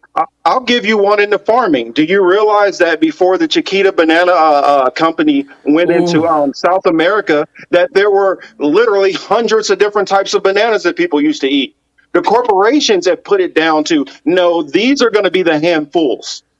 I've heard And about the who Chiquita decided that? banana cartel. Yeah, And Yeah, they're and that hoarding, and literally goes it's it's into real. the banana wars. you can't Yeah. find potassium in the grocery store at a vitamin store, and you have to rely on bananas to get that. Is that true, or is it not true? There are manufactured forms of it, but you get far higher forms of potassium from actual bananas. And if you got the actual raw bananas, naturalized bananas, instead of these GMO ones, which we eat, they would have far more potassium than they actually have. Another thing is look up how much of look up who actually owns most of the land in the US. It's owned by a small portion of Huh. people. That's what I'm saying. So if they already own the land, then they're going to control the farming also. They also start controlling But more and see, more of the resources as they own more and more of the things. There's a tribe out of I believe it's Louisiana or Mississippi that they lost part of their river because a corporation decided to buy up the water rights there. but that only works as long as we sit here and keep pretending like holding a title, over some land means something, right? Everyone should have the right to use the land as they see fit, right? And They, nobody, it's the they question that we have to should, ask ourselves is but who gave. they should, but as long as somebody with $100 billion can pay 1,000 people to put guns there and tell you to get the fuck out of my land, then what are you going to do? We're gonna get together with 1,000 of us, and we're gonna get armed, and we're And gonna be and then trained, and then and what's we're going to going to happen? go to fucking Because war if we need and to remember how take you back. talked about how the system is rigged about the legal system. What's going to happen is they're going to bring law enforcement out there to actually help assist gun you down. And then there ain't no pushback for you against that because these people have already stacked it in their favor. I mean, Yes, but for once instance, when I again, was that's in why certain, we do you build realize dual in power, certain right? states it's illegal to collect rainwater? Yeah, and they got water ATMs in Ghana and other places around the world too. We And almost that's what I'm had trying to tell you that as long as they already have the power, if but you that's already what dual have the power is power, how about. do you think that when they can always just pay a handful of mercenaries? For instance, there are people who I work with who have far more training than I did, who I know who they can throw them 100,000 a piece, a team of 4 or 5, and they can move out whole villages. What do you do against that? You try to wake those people up to realize that as soon as they do that, they will be turned around and they will become the subjects and the You know, subjugated by people do those same try to fight forces. them, and you know what happens? They get dead real quick. That's what happens. But listen, okay, because all throughout history, the kings and queens, they owned all the wealth in those societies. They had all the wealth, right? They owned everything, every piece of everything, right? And still people found a way to displace them. Why? Because eventually those people wake up and they realize, holy shit, I could be living a much better life than serving some other, piece of shit. I could be living in a way that is one in harmony with my comrades, my siblings out here, and in a way that I don't have to serve somebody else and be subservient to somebody else. And that's a better way for most people to live. All right. And that's the fight is against some of these people. Like, let's be real. That's what fascism, that's why the fight is a fight against fascism. It's not just a fight. I don't just talk about fighting against liberals. I talk about, fighting against fascists as well, because there are people that will try to come in and protect the ruling class and to serve the ruling class. And those people are our enemies. And I'm not going to play this game of like, oh, it's a broad coalition of poor or working class people. No, some people want to serve the ruling class, and they have to be identified and seen just as much as our enemies. Well, it goes back to the old saying, money talks. If you got somebody who's sitting there and they're looking at their family who they're struggling, and they're like, I'm not really as ideologically tied to all these things as these other people. This dude's about to give me this check so I can come up. They're not going to care necessarily exactly what they have to do to get that money. And as long as this system has been completely fomented where people will do anything for a damn dollar. So as long as you have people who will do anything for a damn dollar, you're always going to be able to amount a small militia or cavalry to be able to take over the underclass. That's just a fact. I know I'm not reading the comments. I can't see the comments, and I'll go back through. I'm pretty sure there are people like, well, what should we do? Should we just be a serf? You know what? If that's how you believe, go pick up a gun and go fight, dummy, and see what the fuck happens to you. Yeah, no, trust me. Believe it or not, most of these comments are on your side. Everybody sees me as the idiot here, for having some hope here. So don't worry. You got a lot of nihilism in the comments to roll. The thing about it is, we got to remember what military might does. When you have military might, you go in and you force your will. There's a very, very good reason why the Greeks went around and they took over most of the known world while they had the power. And then right after them, what happened next? The Romans did the same damn thing. Then after that, what happened? The Europeans start conquering everywhere else that they can step foot into because they had the money and the military might. That money and that military might did not go away. It just increased and increased and increased and increased. And now what we're looking at a far more sophisticated military, far greater weaponry. I mean, in the video I just dropped last night, I put out about the, I'm forgetting what it's called, the Black Hornets, where every service member, especially who goes out in the field, is going to be equipped with one of these things. What it has the ability to do, it's a small handheld drone, which can go up to, I can't remember the elevation, but it can go up to a speed of 13 miles per hour. It can take HD photos from a distance, and it can record and send back information. If one troop sends his off and he follows Kamali, another one sends his off, follows Franco, another one sends off, follows me, they follow us home and take us out before insurrection even starts. What I'm telling you, our phones literally, they're listening to everything we say as it is. So when you're talking about a situation where they have far more surveillance than they've ever had, they're able to see, oh, wait a minute, they were just talking about let's fight against the government. Then I see one of those said people go out and go buy weapons. And then I see him try to set up a meeting. That's what Minority Report, that movie, was talking about, the pre-crime initiatives. And you have people like Michael Bloomberg who push for those types of things. There's a whole entire state of people who are working on all of this stuff because they know people are going to get to the point and say, you know what, I'm tired of this shit. Let's start fighting back. The moment you start fighting back, then you start learning about weapons like the shockwave. Then you'll start learning about weapons like oh, I'll give you a good example. On the ship, at the end of the video, I show off one. It's called the Sea Whiz. The Sea Whiz fires 2,000 rounds per minute. That can be mounted on a vehicle. How do you fight that? So real quick, Marcus, you don't see a solution in the way that Kamali's proposing and that other revolutionaries are proposing, that we have to arm ourselves and fight back. What are you propose? Because you don't want this ruling class right now, these elites, to be in power. What solution do you think is best? the only way to actually hurt them, if you really want to hurt them, is you have to, for one, they feed on public approval. Some people say, "Oh, well, we lost Afghanistan." We didn't lose Afghanistan. The people in America started losing favor with it, and they wanted the troops out of there. And so they know if they don't address that at some point, the people who are pushing their agendas get kicked out of office. They want those people in place so they don't have to get a whole new crop of people to pay off later on. And so what they'll do is say, okay, we'll give on this. We'll pull those troops back from there, but we're going to insert more troops over here in Iraq. We're going to put more troops over here in this region, in that region, in these other regions. That's what they do. The way to hurt them, if you actually want to, and this will be tough for some people, is you got to figure out what they exactly own. What do they actually value, and find ways to boycott against that. Take the money away from that. For instance, if it's sport teams are their pride and joy, and they want to go win championships, if nobody's sitting in the stands of those games, and I'm just throwing out a random example. Let's say whatever pro football team, you find out this owner is tied into all those things.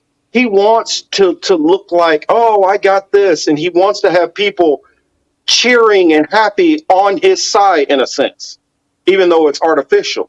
They want that. And if they don't get those justifications, because a lot of these people emotionally are so fragile, they don't get those kinds of things. That's how you hurt them. We can't hurt them trying to fight fire with fire, because they have far more firepower and they have far more money. You have to hurt them in ways of, when they look unfavorable in front of the people, those are ways to hurt them. You have to try to find ways to take away resources from them in certain ways. Boycotting. I honestly say, if you're in a state where you see that they're pushing a lot of these different things, like you're in a state where they got a Raytheon and a Boeing and all of these plants, all of you guys are saying, you know what, fuck this state, move to another state. When they have all of that tax dollars and those revenues sucked out of that state, and that state starts to plummet, and they have to put money in to prop this state up, they will ease back off of the things that they're doing, because that's how you hurt them that way. You can't hurt them trying to fight head to head. It's like being 5'4" and wanting to have a fist fight with Mike Tyson in his prime. It's not a smart thing to do. You can do it. You can be brave as you want, but that's not how you win. Okay. Yeah, and I agree with that by and large, Marcus. This is in a concept that you're sort of, tinkering right on the edge of, is the concept of dual power, right? This is what I rail about constantly. It's what I hosted a panel on the General Strike Summit to discuss. I recommend everyone check that out, and everybody in these comments, y'all all need some education on that shit. So please go check that out and tell me. It's a 2-hour panel, all right? If you can watch that and tell me that you don't believe in the concept of dual power, then I'll stand correct. Oh, your mic broke off. Mute. Yeah. You're muted, Kamali. Yep. Yeah, there you go. There you go. So yeah, no, I stepped on my cord. Sorry.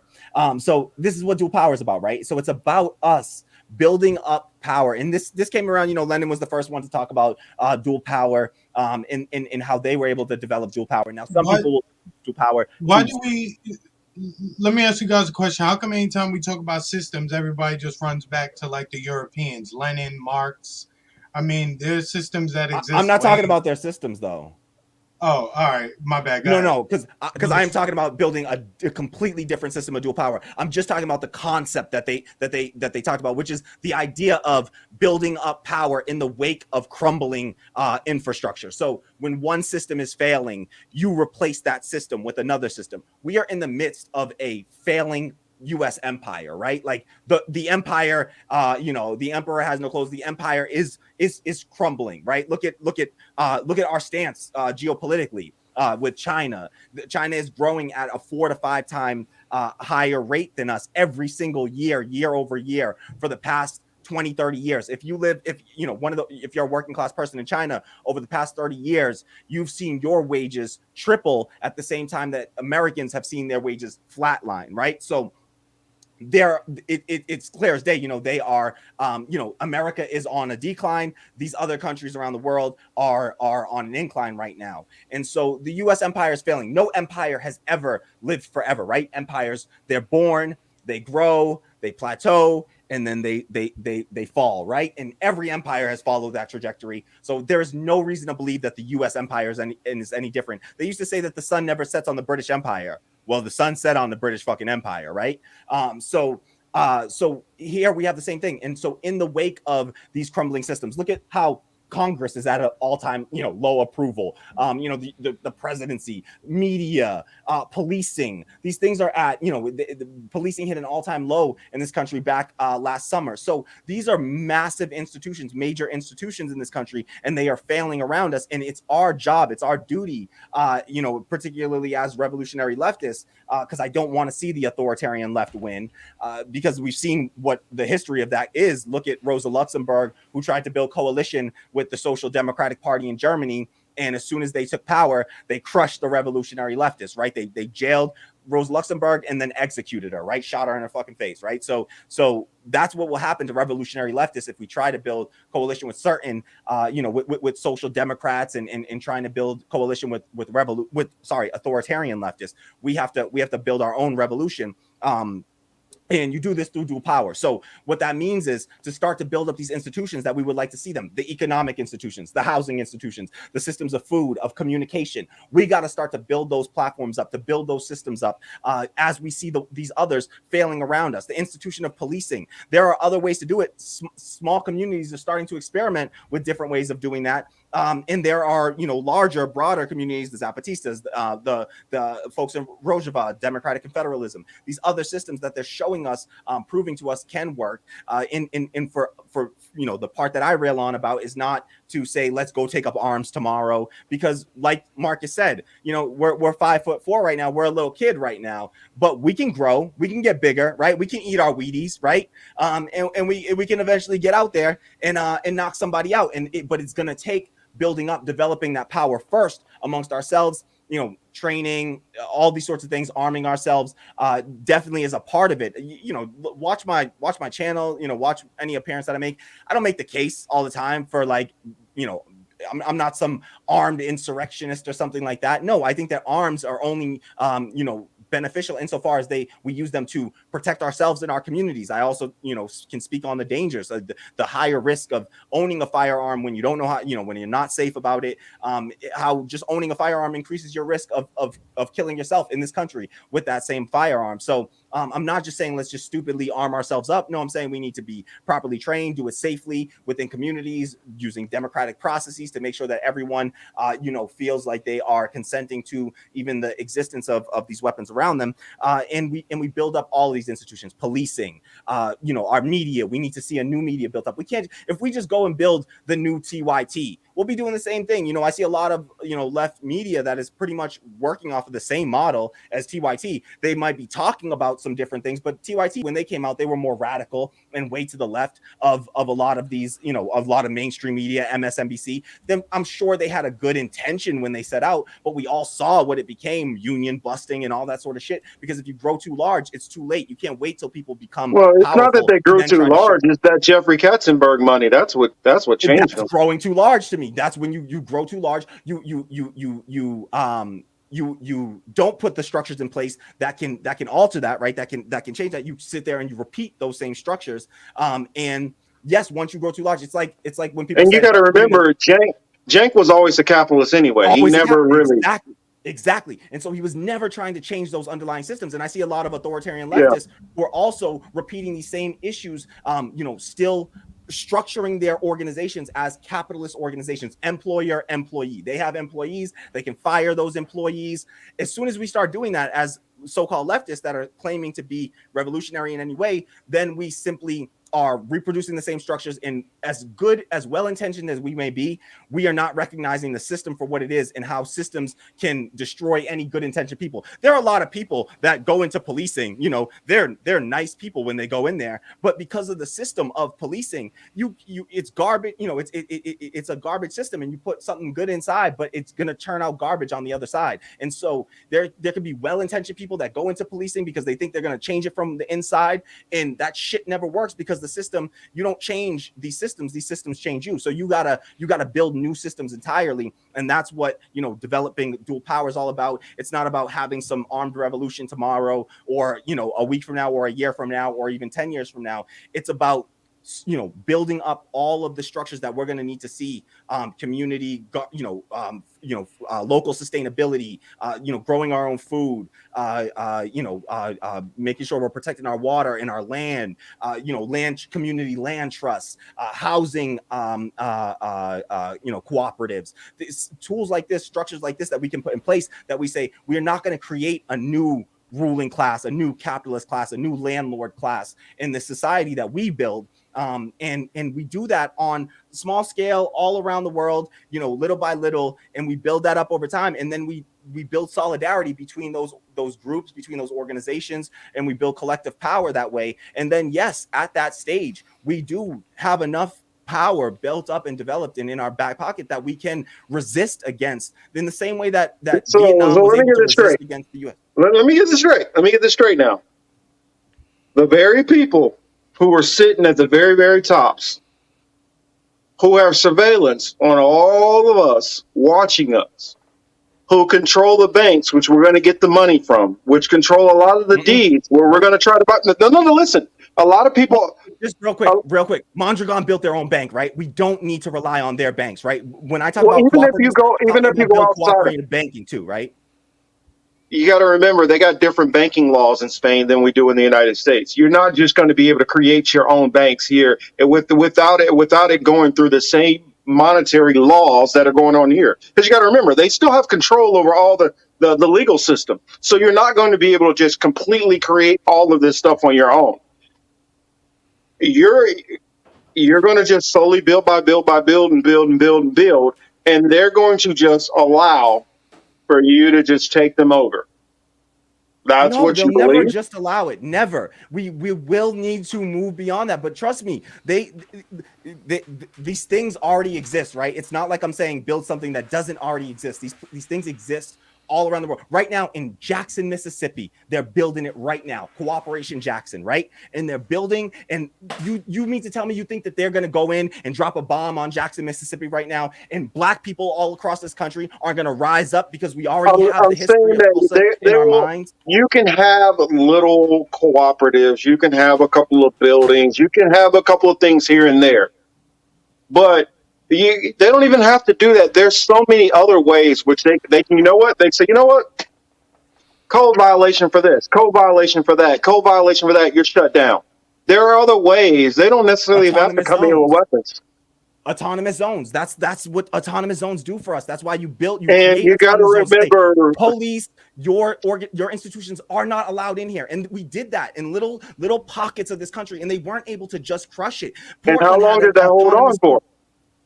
But these things, that's what I've said, you know, they pop up, and all throughout every economic system, it worked the same way. And that's the reason why they don't stay, because they do not just allow you to just build up in their own. It's like me saying, you know what, I'm going to let Kamali come at my house, and then eventually just keep building up till he takes over my house. Well, you don't do it in their house, right? You do it right outside. But you got to remember, we are doing it. We're living in their country, so we are doing it in their house. No, because they don't have as much as I don't give them that much credit. See, that's the thing. I don't give them that much credit. They can have eyes on all. Do you live in a state? Yes. Do you live in a state, Kamali? Okay, but does my father live? Do you live in a state? Live outside of any control? Do you live in a state? Do you live in a city? Yes, Do I they do. not have laws? Do they not have state laws? Do they not have city laws? Do they not have ordinances? Do not have? You're telling me wherever you live doesn't have code enforcement? They don't have Do all you kind not of know what different forms of autonomous law zone means? enforcement. I said, autonomous zones, right? You take back And the how do fucking you land and you build? say, And you how do ain't you coming build and here. sustain? How do you build and sustain an autonomous zone? The way that they did How it, how do you Rojava, sustain it? was that not in the state of Syria? That's in the state, right? They had cities, they had states, they had ordinances, It's they had Syria, the laws. United States. Oh, Jesus It's Christ! Syria, Like the United you have, States. is this like American exceptionalism? Do you think that the United States is any? I I'm told you saying this Syria empire is is failing. not the United States. But again, Britain, the British Empire, used to exist all over the world. It doesn't anymore, right? People took it back, right? So the same way that they That's took it not back, what right? exactly happened, but if that okay. It's not exactly The what happened. literal. Do you not know the phrase that you? I know you know the phrase, Marcus. The sun never sets on the British Empire. They That's just a phrase. absolutely You had empire. you gotta understand when a country sits there, that a tiny country, by the way, overextends themselves, and then they start running into debt back home. They have to start pulling back on their own, and that's what But they did. but what? But you say overextend themselves, but they were the ones that came over to the United States, right? Like they controlled, and then what happened? Their little experiment over here in the United States, this country overtook them, right? So Beat you them think back and won a you're revolution, really right? thinking So what I'm you're saying really is, trying if hold up, if you're really UK, trying to if Britain, compare you're really trying to yes, compare 2021 to the 1700s. oh come on, see, like I'm literally. No empire has existed forever. Why this one? This failing I'm not empire that we saying that see this. failing I, right now. I, and Chris disagrees with me on this. I honestly think Russia and China are going to bomb the shit out of the United States eventually. So I don't think that they're going to last forever. But I I do don't think not so because think of that they're going nuclear to. I weapons. do I not don't think that think they're so. going to meet their demise by a ragtag bunch of Americans deciding to overthrow them. No, I don't believe that. Yeah, it doesn't need to be a If and ragtag when bunch that of were to Americans. happen, though, it would. If and when that were to happen, it would still be the same ruling class in charge. It's not as if there would be a major shift. You know what I'm saying? It would be the You same. might have power at that point when to go find them in their bunkers and try to overthrow them if you're not burnt crispy already. But Yeah, you might have power but then. it's not. But it's not the same ruling class, right? It's the whole point that I've been making, and I gotta jump off now. But like the whole point that I'm making is it's not the same ruling And class. then, It's and us. then at It's that us, the point, people. more than likely, China or Russia or Iran, whoever does it, they're going to come over and take over what's left. Yeah, like we'll have to see it. Well, I'll believe it when I see it. I don't think that any of these groups are that's their motivation to What I've world watched, domination.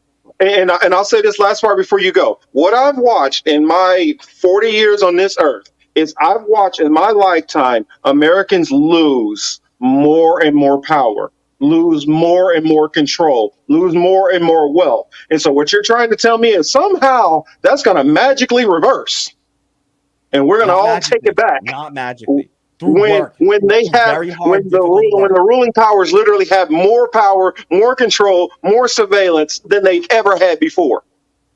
Yeah, yes, I'm saying yes, absolutely. Why? Because every Then I got a bridge to sell empire you, has. brother. I got a bridge to Yeah, sell you then. okay, well, I ain't got money to buy it yet, but I'm gonna build up some dual power and then we'll talk. All right. So I do enjoy the conversations, and we'll be back. Hopefully I can come back for another one again soon. Oh But yeah. I do gotta take off. Hey, Kamali, I love your optimism, man. I'm gonna say, like, don't give up hope. And look, I hate being I'm the bad guy. I'm sorry. I hate being the bad guy to go against such an optimistic guy because I want to be optimistic.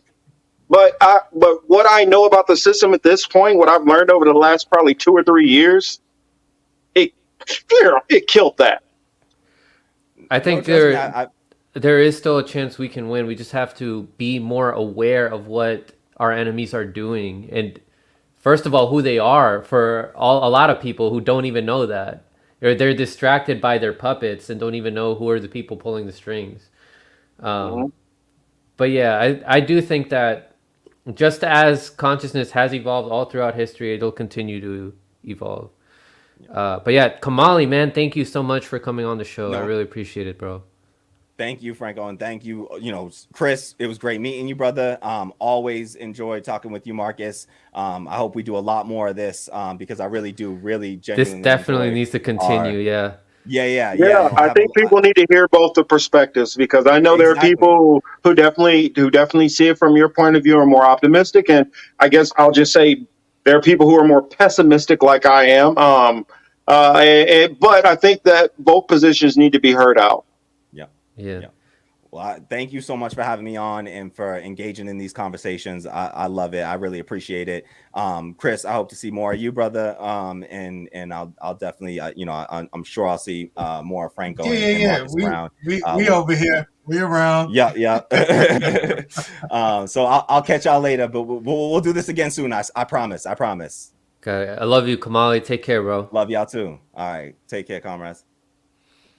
All Chris, I right. want to hear Chris. What do Yeah. you think? What's your take on all this, man? Woo! That was a lot of words. Look, That was a good 2 hours of a back and forth there. no, that was a good 2 hours of Yeah. Marcus being cool. I thought I was on my best behavior, Chris. You've seen me get worse. Oh no, you were straight. Franco, Franco's a good referee. If that was a boxing match, like he stayed out the way, he did real Oh yeah. good. As a lot of people in the comments have mentioned, homeboy, his heart is in the right place and all that Hmm. other stuff. But what what he wants is this utopia shit that ain't never gonna happen. You know what I'm saying? It's just not gonna happen. It hasn't happened in the course of our entire history as humans. It's not gonna happen now. Even with all the technology, all the knowledge, and everything else that we all have access to, everyone still has coronavirus. Perfect example. It's current. We here, Be right, careful. Marcus? I noticed your The favorite Roni topic, Rona. Marcus. Yeah, Yeah, yeah, yeah. Sorry about that. Yeah. it's all good. Marcus, I know it's your favorite topic, so I won't hammer it. It's my favorite but topic too. but let's just look at it for what it is, right?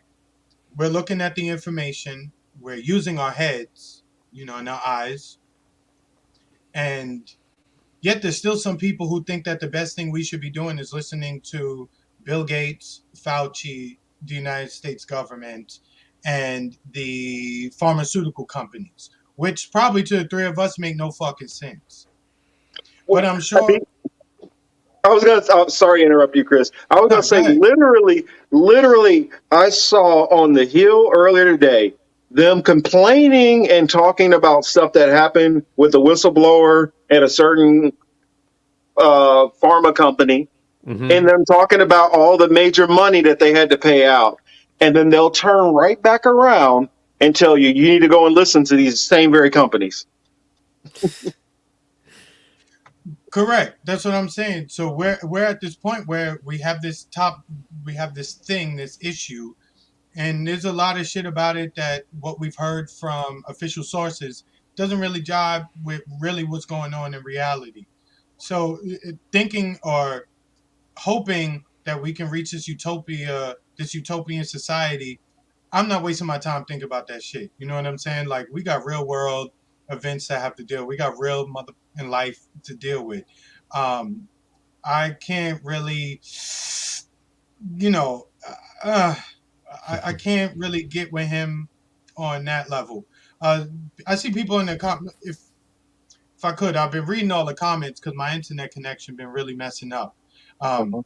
Homeboy, and there's a lot of people mentioning like the British Empire. Homeboy said the British Empire is over. The British Empire ain't end. It's still going on. The royal It family's still getting transcended into money. the U.S. Right? Correct. That's what I'm saying. They just set up a base somewhere else across the Atlantic. They had a little like brother and sister had a little fight, or two brothers had a fight, and they still cool. So the British Empire didn't die; it just came here. Like they just like I don't need to run the day-to-day operations. They could do that. I'm just gonna sit back here and collect the residuals because that's really what's happening. So I don't know. Yeah.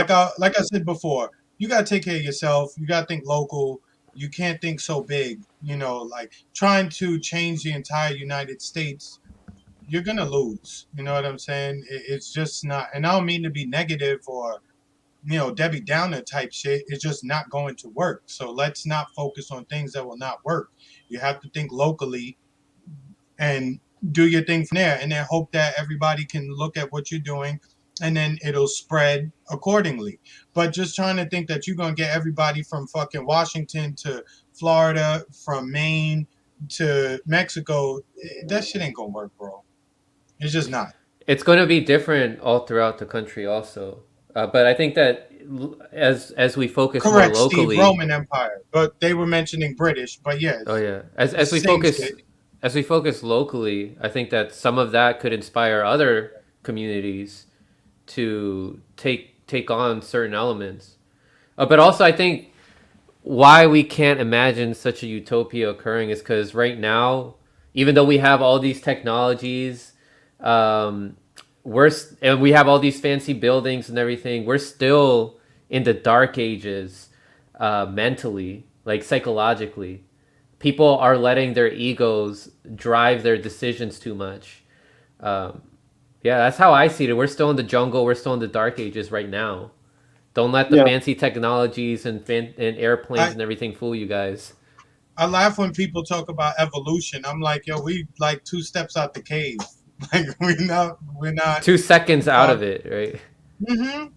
We're not far from it. People will still do each other dirty. You watch the news and every day, and you see people killing each other, shooting each other, harming each other, doing all kinds of foul shit to each other. And when you're not part of that, and you're just sitting back looking at it, like a kid shooting up a school. Yo, you're a white motherfucking kid in fucking Michigan. How bad is your life that you need to go shoot up a fucking school? Like, and people just fucked up, and we gotta just stop thinking on this utopian level shit that Kamal, I don't want to disrespect Kamali. him. Kamali, okay. Uh, you, if you subscribe to that kind of mindset, you're gonna be like really disappointed, like for your entire life. You know what I'm saying? Because that shit is just not gonna work. Well, And what they failed to do is, Marcus, you was trying to like put him on to like the families and people who run shit, people who own shit. You know, yo, if you're not looking at the thing, if you're not watching their ideology, not to copy it, but just to understand, and like mhm. they're not gonna allow us to kumbaya our way to the top. Shit ain't gonna happen. No, no. That's what I'm saying. The more you understand the ruling elite, the real ruling elite, because some people think the ruling elite is Jeff Bezos and Mark Zuckerberg and Bill Gates. It's not the real ruling elite. The real ruling elite. In fact, you know what? I'll throw out a couple of names. Fuck it. Some of them know. Actually, you know what? Hold on. Before I even go into that, I'll give you an example. A lot of people do not realize that the Civil War, the North and South were funded by the same fucking people. The same people funded the North and the South. What was the goal? The goal, well, they really wanted the South to actually win. The only reason why, and they were trying to basically have control and curry favor with both groups. They wanted the South to ultimately win.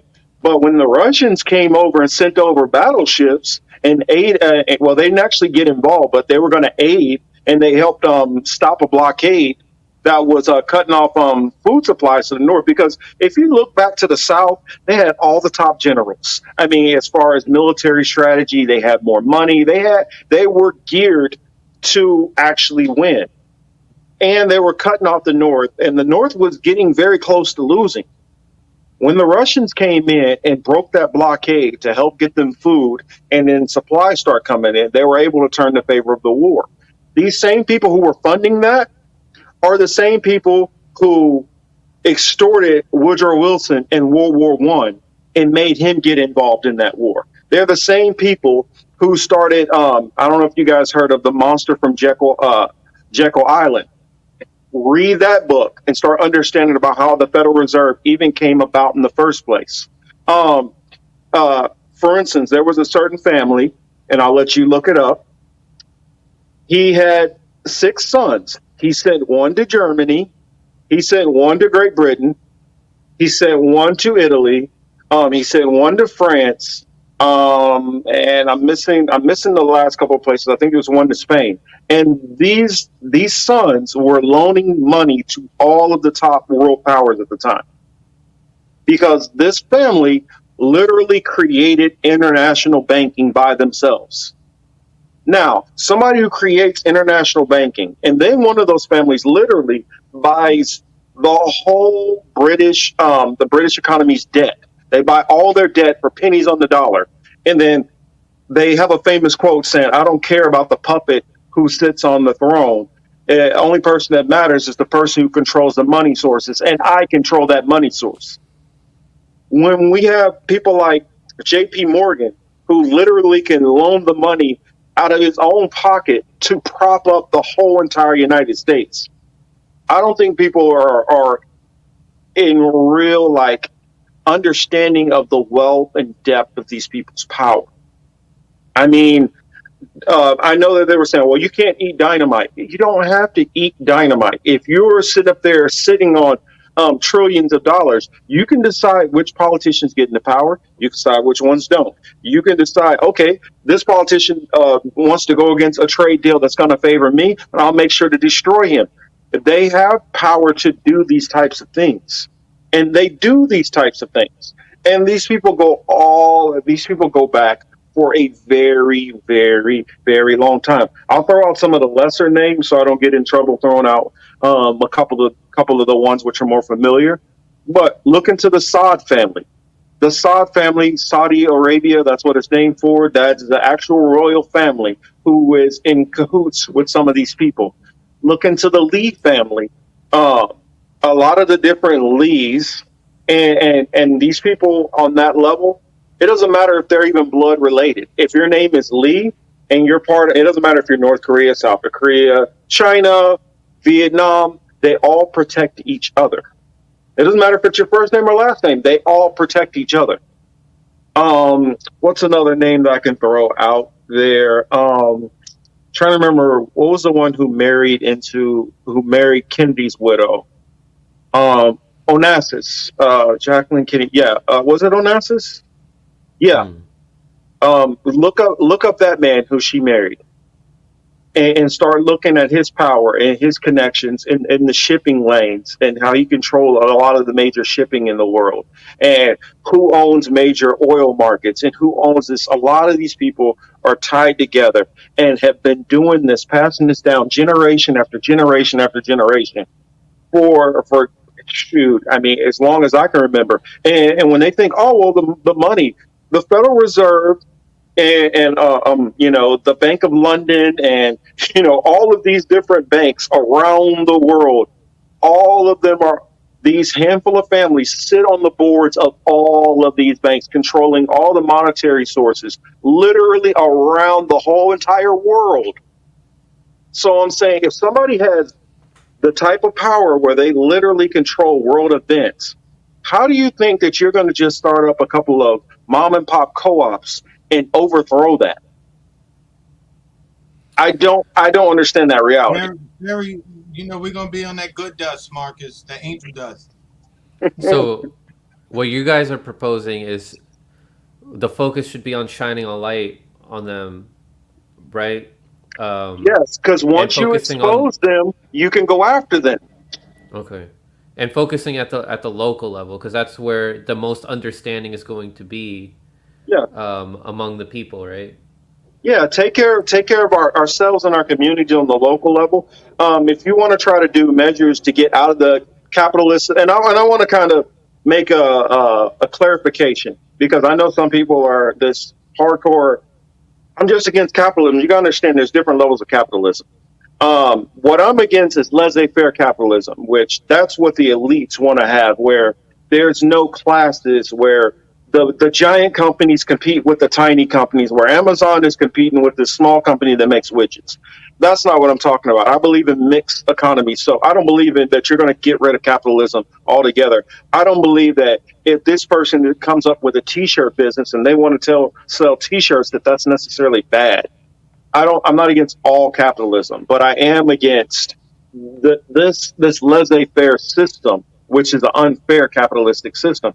I believe in a strong social programs, which that's what you have in a lot of countries like Norway and Denmark and Scandinavia and a lot of those countries over there. That's what they have. It's not just some complete anti-capitalism. I don't know. That's not what's going on. There's always going to be a form of capitalism involved, and like I was trying to say earlier, there is no such thing as an actual communist government. That's kind of ridiculous. As long as you have millionaires and billionaires, you're not communist. Right. You're just an authoritarian.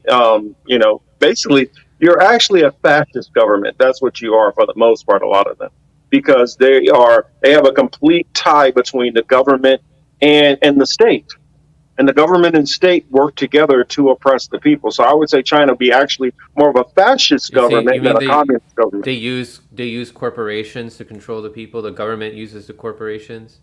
Okay. Oh yes, And then in the most U.S., it's the definitely. reverse. The corporations are using the government to control the people. That right Um, there, exactly. okay. But I Got it. mean, it's similar to what they do in some other countries, but it's more hands off. And the hands off approach is fine. I mean, Australia does it. Like for instance, they don't have a single payer as far as their health care. They have a multi payer system, which the government gives money to the insurance companies, and they provide for free health care. That's how their system works versus the single payer system. So there are ways where it can kind of work out, but it's when it comes from that heavy-handed authoritarian perspective is when it gets wrong. Because I've always argued no system is inherently bad. It's how it's applicated. It's just like you can use a hammer to build a house, or you can use a hammer to kill a person. It's all how it's used. hmm. Chris, you want to jump in? What are your thoughts, man? No, I mean Marcus is over here. He cooking, man. Like he basically taking the shit out. What I'm gonna say, fuck you, Marcus. But you my man, so you know it's all love. Um, but no, he like I say, he's cooking. Well, I here's don't the have much thing. to add after that. Go ahead. I I understand. Like on our show, The Political Matrix, I'm more the philosophical one of the crew. I'm the one who's done a lot of studying into history and ancient history also, and also the differences in religions and understanding theological points of views, whether it's the Christian point of view, which a lot of people think, Judaism and Islam and Buddhism and a bunch of things. But Chris, my guy here, he's the one who he knows a lot about the movements and inner workings of some of the stuff which the elites do. Like great interview, by the way, which you had with Jason Bermas. I mean, I would love to get Oh, to have thank a you. sit down with him. There's only one thing I would push back on what he was saying. No diss to you out there, Jason, but we can't be naive. Bill Clinton and Trump was both doing something dirty. Just because we don't have the smoking gun, we can't give them this pass. Like, well, I didn't catch them. We know they're doing some damn dirt. I mean, it's pretty obvious. If people, especially on the right, can get to the point of saying, well, I know that this person's a pedophile and this person's doing that, without having hardcore concrete evidence. But we believe that, well, Trump and Bill Clinton, because we don't have hardcore evidence, I they're think innocent. Come on. I think he just says that because he doesn't want to get in trouble. Like they're like, oh, you're promoting this You're misinformation. You're accusing saying something that has no evidence to like back that up. in I terms don't of know. in terms of slander. So I mean, maybe that is the case. Like he doesn't want to get caught with saying something. But as Marcus just said, if Franco, if I came to see you and I brought a 14-year-old girl and I didn't say this is my daughter or my cousin or my niece or something, what I'm doing, like I'm 40 years old. What the fuck I'm doing with a 14-year-old? Bringing them to your place to come party and hang out. Like, what we doing? That don't even look culture. Right. So like I'm just saying, if look, I burn, right? If I come to you with a nice bag, a nice sack, like we gonna sit down and smoke that, right? If it's edibles, we're gonna eat it, whatever the case may be. If I'm bringing to you a 14-year-old girl, like that, what do you think these people gonna do? Especially based off all of the comments that they, especially with all the comments and their ideology and everything they believe in. If you just read the Talmud alone, and you know that's their Mm, guiding book. If yeah, you just if you just get into the Talmud, you know what they're doing, and you know that is one of their, that's one of their favorite books to read. Yeah, Marcus. yeah. I mean, he's right. These people at the top, a lot of them take a lot of their practice and principles directly out of the Talmud. For those who are not familiar with the Talmud, and you'll have people push back. Well, I mean, there's other but that's not what they're taking, because you can see it in actions which have happened. There's this one video that I've been wanting to do for a while, which I've just been busy. But everybody always talks about the Catholic Church, how they always have these scandals with molesting children. Do you know that there are scandals within the rabbinic Jewish community also, which could get completely buried over doing the same exact stuff? Why don't we ever hear about those things? I mean, I'll let people out there in the chat kind of figure out their own reasonings, but the same things are going on in the Catholic Church also. I mean, then For we a gotta long think time. also, like all throughout history, these people are the ones that write the history book. So they're doing some really scary stuff. They might put the blame mainly on the puppets, Yeah, right? Focus the attention away from them. that's exactly what they do. I mean, we got to look at think about it. Ancient Rome, they're held. I mean, not ancient Rome, but ancient Greece is held to such high regards for their philosophy and all that. Do you know what was one of their guiding ideas and beliefs within that philosophy, which is not talked about nearly as much now, but was a huge part of what they did? Do you know what that is, Franco? What? Pederast. Hmm. Yes. All of And the it's ancient okay, and philosophers, it's whether it's so Plato, Socrates, all of them, Alexander the Great, all of them were pedophiles. and It it's doesn't and surprise me. and it's all okay as long as you don't do it to somebody from your tribe, Wow. or from your clique, your clan, whatever.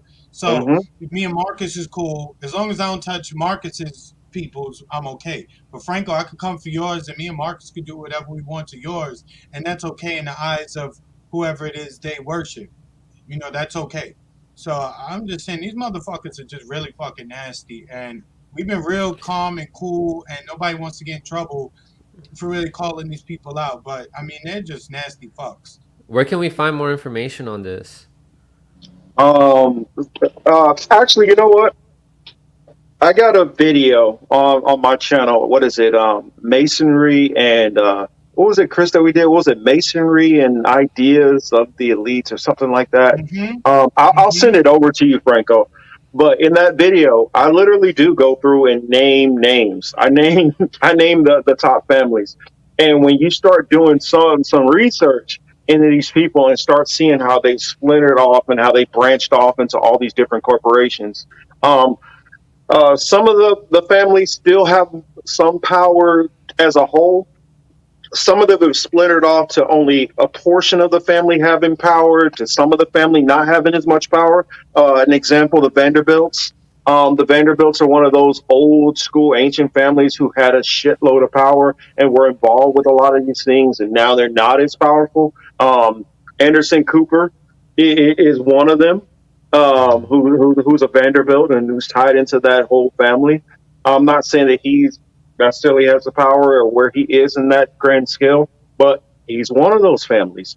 I mean, there's a famous costume party that I say people should look back to, and they kind of Hollywood kind of did a fictionalized version of that in the movie Eyes Wide Shut, where these people wear masks and different costumes and stuff like that, and kind of hide who they are. I mean, not that long ago, they start kind of releasing some more of this information. Where was it in Silicon Valley? I'm not sure, but literally HBO on Real Sex actually talked about it.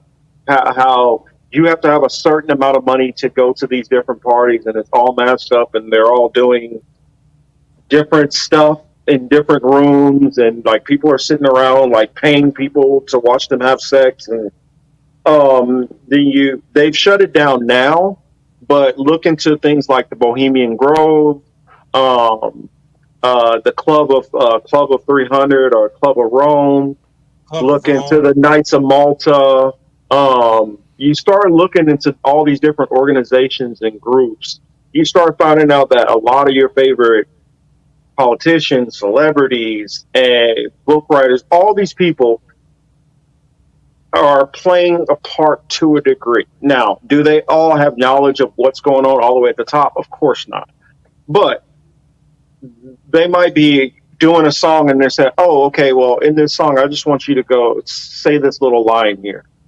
Or, I mean, has anybody ever wondered why The Simpsons always is so good at predicting the things that are going to happen in the future? They're not predicting anything. It's because they've already been told on things which the elites are trying to work on. There's a good book by Albert Pike called Morals and Dogma that I feel like people should read into. I mean, this guy in the 1800s was predicting the wars, World War One and World War Two, how they were going to happen, when they were going to happen, how long they were going to last, and also alluding to he believed there was going to be a third World War at a certain point in time. How does somebody in the 1870s know what the hell is going to happen years after his death? How?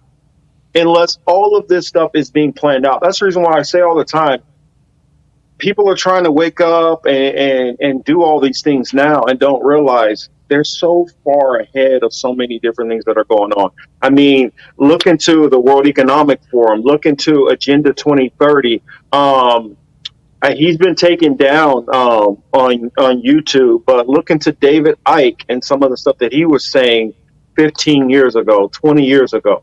I mean, there's so many people who have been trying to talk about these things, and they sounded crazy when they were talking about them at first. And now as you start getting up closer and closer, you start seeing a lot of the stuff that they were talking about already starting to actually manifest right in front of us. So it's not like there are not people who are trying to scream and holler at these things. I mean, I talked about the metaverse, and we talked about the metaverse. That's the topic that we've been all getting interested into a lot lately. And the reason why is because this is the next part of their agenda that they're pushing for. Klaus Schwab, remember that comment that he said, you'll own nothing and you'll be happy? Yeah. The reason why is because if you go into that metaverse, you can have your beachfront property and you can have your high-rise building and live it up, and then you take it off and you're still in your little crappy apartment. That's the goal which they want for you. They're already selling real estate inside of the metaverse. I mean, that shit is crazy. I mean, even I know this is a popular topic. Sorry, I'm taking this a little off, but like even UBI, right? Universal Basic Income. Even that shit is a trap. And we've exposed that here. Don't worry. A lot of the audience is hip, but still, I think we should still inform them even more about this. Go ahead. No, I'm just saying, like, it's a trap. Medicare for all, a trap. All of these things that people want, they're all traps. And the thing is, we're always thinking about ways to fight back and do this. You know what? Try doing nothing. Don't go to work. I know it's hard for people. Work on feeding yourself. Work on trying to get a green thumb. You know what I'm saying? Like, at the end of the day, what the real problem is, the sacrifice. We have become so comfortable with the air conditioning. We're so comfortable with these Nike sneakers. We're comfortable with these watches, these phones. We're very cheap prices. Correct. We're very comfortable. And as long as they keep us comfortable, they're going to do whatever the hell they want to us. You know what I'm saying? So you have to just really think about being apart, separate yourself. I mean, again, according to Marcus's beliefs, you have to be apart from these people, not a part, but apart from them. You know what I'm saying? This shit is nasty. Ruby Krill just asked me in the comments. She said, "Do I think Medicare for all is a trap?" Hell yeah, that shit is a trap. Just look at it now. So Imagine if we had Medicare for all If single we parents. had, real quick, I just want to explain this to some of the audience here because a lot of them are viewers of like of like progressive channels that promote Medicare for all and all that. I think I hear we you, all Shane. agree with like of taking care of all people, right? yes, Of a universal healthcare type system. However, the legislation that currently exists that these quote unquote progressives are pushing in Congress, it's a Trojan horse for the ruling class. They're still going to be in charge. They're going to be investing in certain people. They're going to be using us as livestock. Take a look, read through that HR 1976 bill, or if you don't have time to read through it, look at this interview that I had with Ali Alexander and Seb Solomon, in which we broke down what exactly they're going to do with this legislation. A value-based healthcare system in which some people's lives are valued more over others. It's not going to benefit us in the long run. Take a look at how Australia has their single-payer healthcare system, but the ruling class is still in charge in that country. And look at how they're living right now with the lockdowns and all this other stuff that I can't get into on YouTube, right? hmm Look, I'm sorry, Marcus, no, Franco. Let me jump in real quick. Like somebody's to what I said regarding Medicare when I said to trap. I think Troy C said in the comments like, so his initial response to what I said, Troy, I ain't beating up on you. I'm just using you as an example. Sorry, bro. But he says, oh, privatized healthcare is so great. Again, you have to take responsibility. Stop eating the shit you eating. Watch what you do with yourself. I'm not talking about like cancer or shit that happens to you, but even maybe some of that you can avoid with the shit you put in your mouth. Again, all of this stuff requires you to think about the things you're doing, the decisions you make on a daily basis, the places you go, etc., etc. You're never gonna get to full health. It is what it is. Like I had a stomach issue and all that shit. I was hospitalized. Blah blah blah Same. blah blah. Right? But you don't need to depend on the government to take care of yourself. You can avoid some of these outcomes by watching what you do, taking care of yourself, exercising. I know it sounds corny. People have been saying this for way longer than I've been on this planet, but it really is true. well, You That's why have this to be society doesn't mindful. focus on prevention. Like you can prevent all these diseases if you took care of your diet. I know it's hard for a lot of yeah, people. Well, in that case, then expose that. Just research that information about which foods are causing which autoimmune diseases, and expose that to people you are close with. Share that information to people who have platforms, or you can start your own platform and share that information to people. well, and I also say like I used to be a huge supporter of Medicare for all. I mean, not even that long ago was I still a huge supporter of Medicare for all. But then I start realizing certain things that could possibly be forced upon me, which I wouldn't want forced upon me. Once you take in that, you can't escape some of these things. So if you feel like, you know what, I'm willing to take those chances to gain this, you got to also remember on the other side, these ruling elite, the way, and most of our politicians are completely bought off by the ruling elite.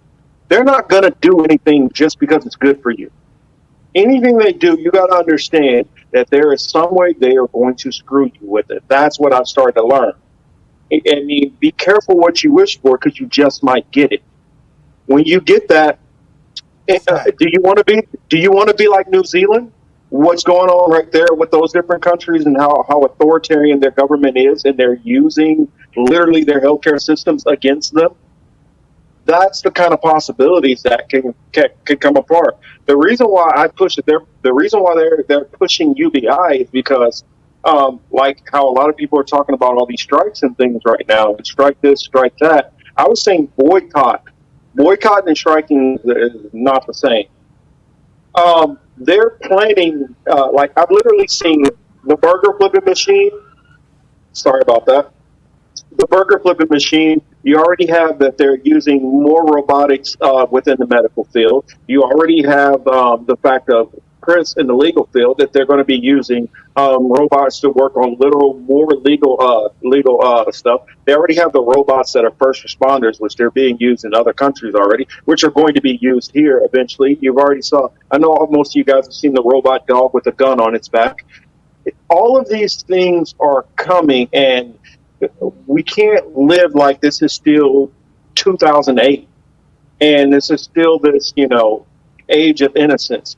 With Agenda 2030, there are a lot of things that are going to be ramped up, and I'm gonna borrow what Franco said yesterday in his live stream. He said, "This is the frog in the boiling pot right now." Before, they didn't have the heat on. We've just been sitting in the pot, chilling, splashing around. Now they're turning the heat on, and they're going to keep increasing it, increasing it, increasing it. And eventually, when they start shedding workers en masse, and all they're working on right now is to try to figure out to get these signals more reliable. Once they get these signals more reliable, then they can keep their machines working longer. They can actually start laying off the truckers and all these different things like that to go to robotic or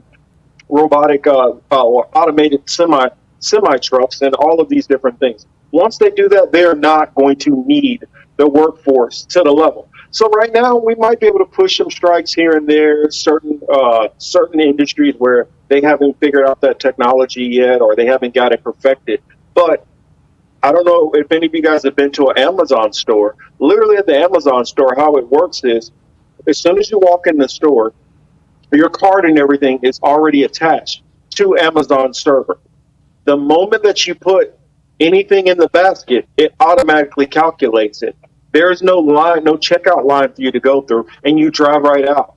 What that does is, all you need is a couple of people who work security at the doors. They already have robots which stock the shelves, and it's getting the push for automation is increasing. And as that starts increasing, the power of labor has decreases. So that's what I'm trying to get people to understand. There's a reason why they're trying to get more people to work from home and different things like that, because they are not going to need the workforce nearly as much at a certain point. Yeah, automation's on the rise. Look, if Yeah. you just look at all the money that they printed, all the money that they gave out via the PPP loans and all these other financial instruments and vehicles that the government has put forward, a lot of these companies are doing what with the money? They're not paying their employees more. They're not dumping it back into their company in terms of like trying to get more money for their employees. They're investing it in R&D. They're trying to figure out how they can remove you from that cubicle, from that window, from that driver's seat. That's what it's all about. Because at the end of the day, a robot ain't talking back. He's not calling out sick.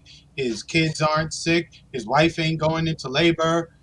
His mom didn't die. His grandma not dead or dying. They're going to be able to make even more money. So like you said, Marcus, the work from home, all this other shit, all the Rona and everything else that's around, everything that's under that umbrella is meant to drag us into the future.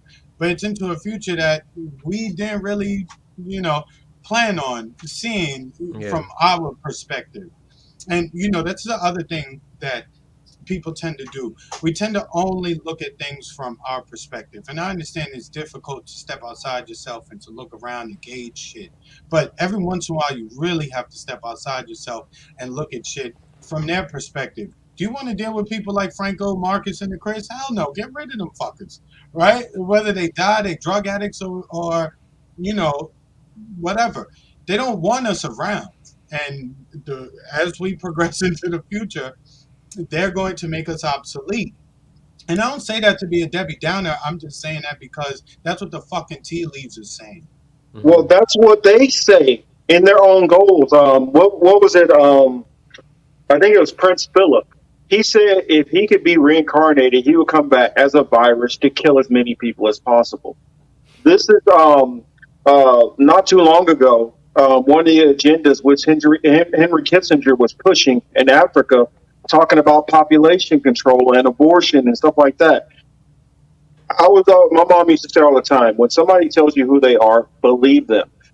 The elites do not. It's not like people like us, we care about each other. Kamali cares and wants to see this beautiful utopia world. What they want to see is, how can I maintain everything I have and get more without having to expend, any more?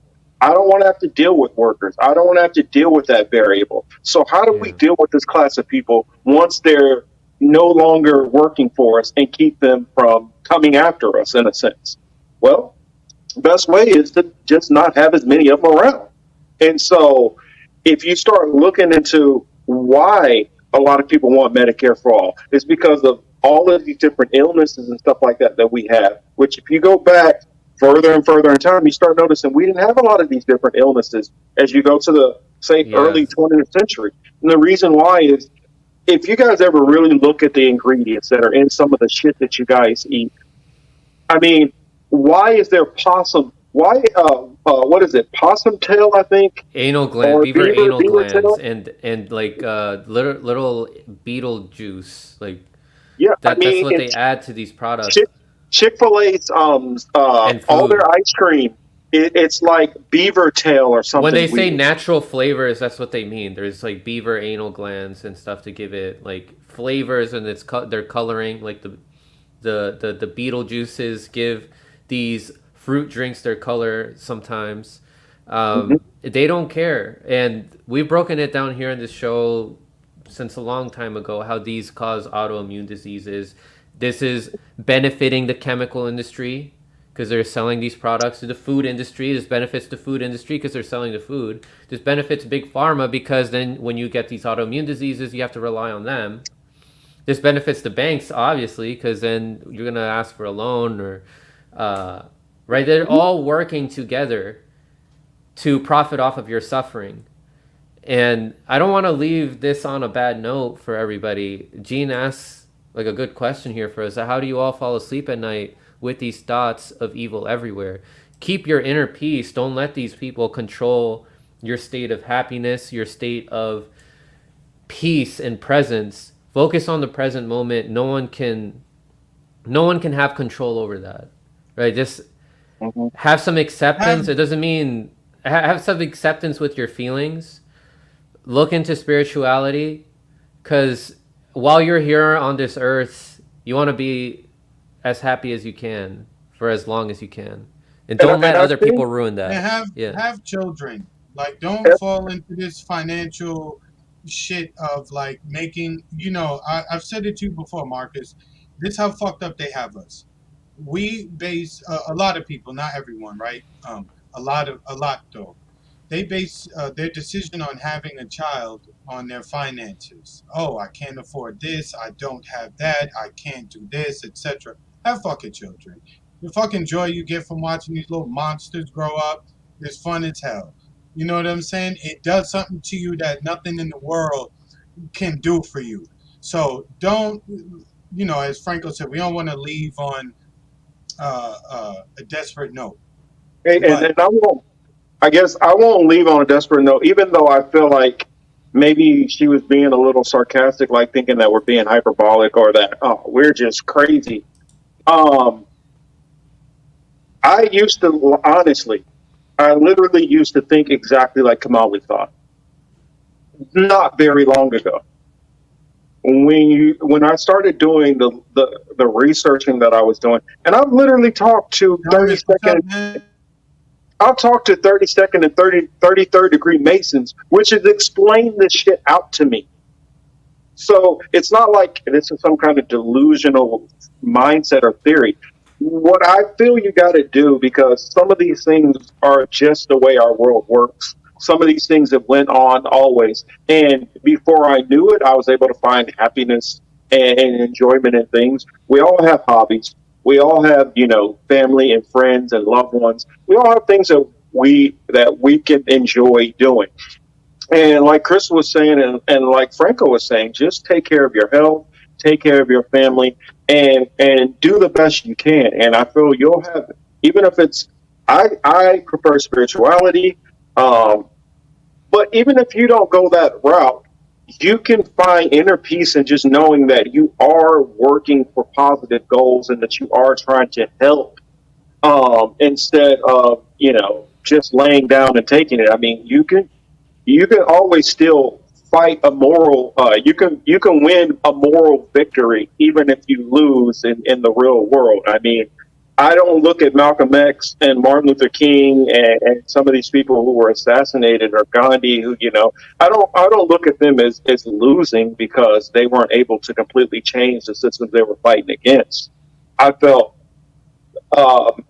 they actually are more celebrated, and their memories are able to live on in happiness and give us an example to aspire for and to be more positive. So just because you might not be able to, or we might not be able to push back against the system, it doesn't mean that they won't, literally fall on their own sword and give that opportunity for possibly even us or future generations to be able to rise out of, the calamity that I believe that they created for us. So, Yeah. there's plenty of ways to be positive, Yeah. And Marcus, we know all this information because we stand on the shoulder of giants, and the future generations are gonna be even higher than us. They're gonna have even more information than we have right now. So yeah, guys, just acceptance of how things are doesn't mean that you're gonna stop doing. You're gonna stop doing everything and just lay on your back and show your belly. That's not what acceptance means. Acceptance, how do I put this? It's just like, this is just how things are, and I'm at peace with what I'm doing. I'm taking care of myself, and I'm trying to create positive change, and I'm at peace with that. Right? You're born into it. Don't try to be so anxious about things that you can't control. Because I want to throw one thing in there also. A lot of people, they might be, well, you're just being negative and Hey, nihilistic. Think about, sorry, Marcus. Marcus, hold on. Mad Marxist, we on tomorrow night. yeah, we'll He be on asked if tomorrow we night. stream And tomorrow we'll have Shadow Band and Jack Sith on with us. So make sure to come check that The out. We're going to be bros. talking crypto and some blockchain. It should be pretty interesting. But, I mean, do you think slaves, they literally, for hundreds of years, I mean, and I'm talking about here in the United States, I'm talking about American chattel slavery, and not just so-called African Americans, because they were Native Americans, there were Latinos, there were a bunch of people who were enslaved in this country. And just because they were going through those experiences, you think that they didn't have any happiness, even though they had no way of getting out of the situation that they were in? They kind of had to wait for time to take its course, and then they were able to get out of that situation. I believe because the Most High, I know a lot of people are not religious, but I believe the Most High delivered them after a certain time to say, you know what, I'm going to ease this burden off of you.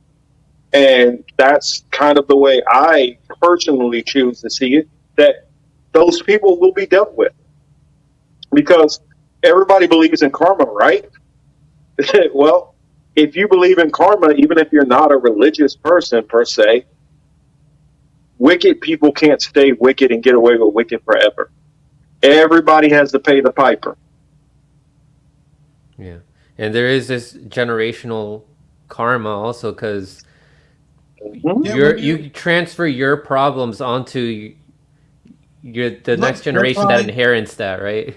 Look, that's why the people who look like me and Marco and me and Marcus and you, Frank, I combined your names. I was dope. But anyway, that's why the people who tend to look like us are in the situation we're in, because because who came before us, they ain't keep true to what they were supposed to keep true to. So now we over here like, God damn it, we screwed. So with that being said, do what you're supposed to do. Stop following these people. Stop worshiping the things they worship. Look internally. That's it. You know what I'm saying? Awesome. Yeah, thank you guys, Marcus and Chris. That was an amazing stream that we had. You guys have, I think those are like good closing remarks that you guys gave. But yeah, you guys are going to be live tomorrow on the Political Matrix with Jack Sith and Shadowban Refugee, both contributors And I to Frank Analysis. can't forget my other two co-hosts, L. L Latham and Emmanuel. and Emmanuel. Yeah, both awesome people. I got to get Emmanuel on the show. I've had Al on the show. She's definitely going to come back to discuss more on the Rona. But yeah, guys, look, you're not alone, as I always say, clearly from what you see in the chat, and from what you see on this panel every time we go live here. You're not alone, and I know you'll stay informed. Take care. And Franco, I know Marcus probably sent you. You know, he already made it known, but you already know you got an open invite. Oh Oh, yeah, Share, for sure. That like, I'll be on. I'll be on. yeah. in fact, Anytime you feel like it. what I'm going to start doing is I'm just going to literally just give Franco the link every show, and then whenever he wants to, even if he just wants to pop his head in for 5 minutes, say, "Hey, what's up?" You know, he has that ability. You know, I do that with a couple of other friends of the show, and so Franco is like family. You know, to me and to our show, so he's always welcome. Awesome. Yeah, I can't wait to surprise you guys. All right, take care, everyone.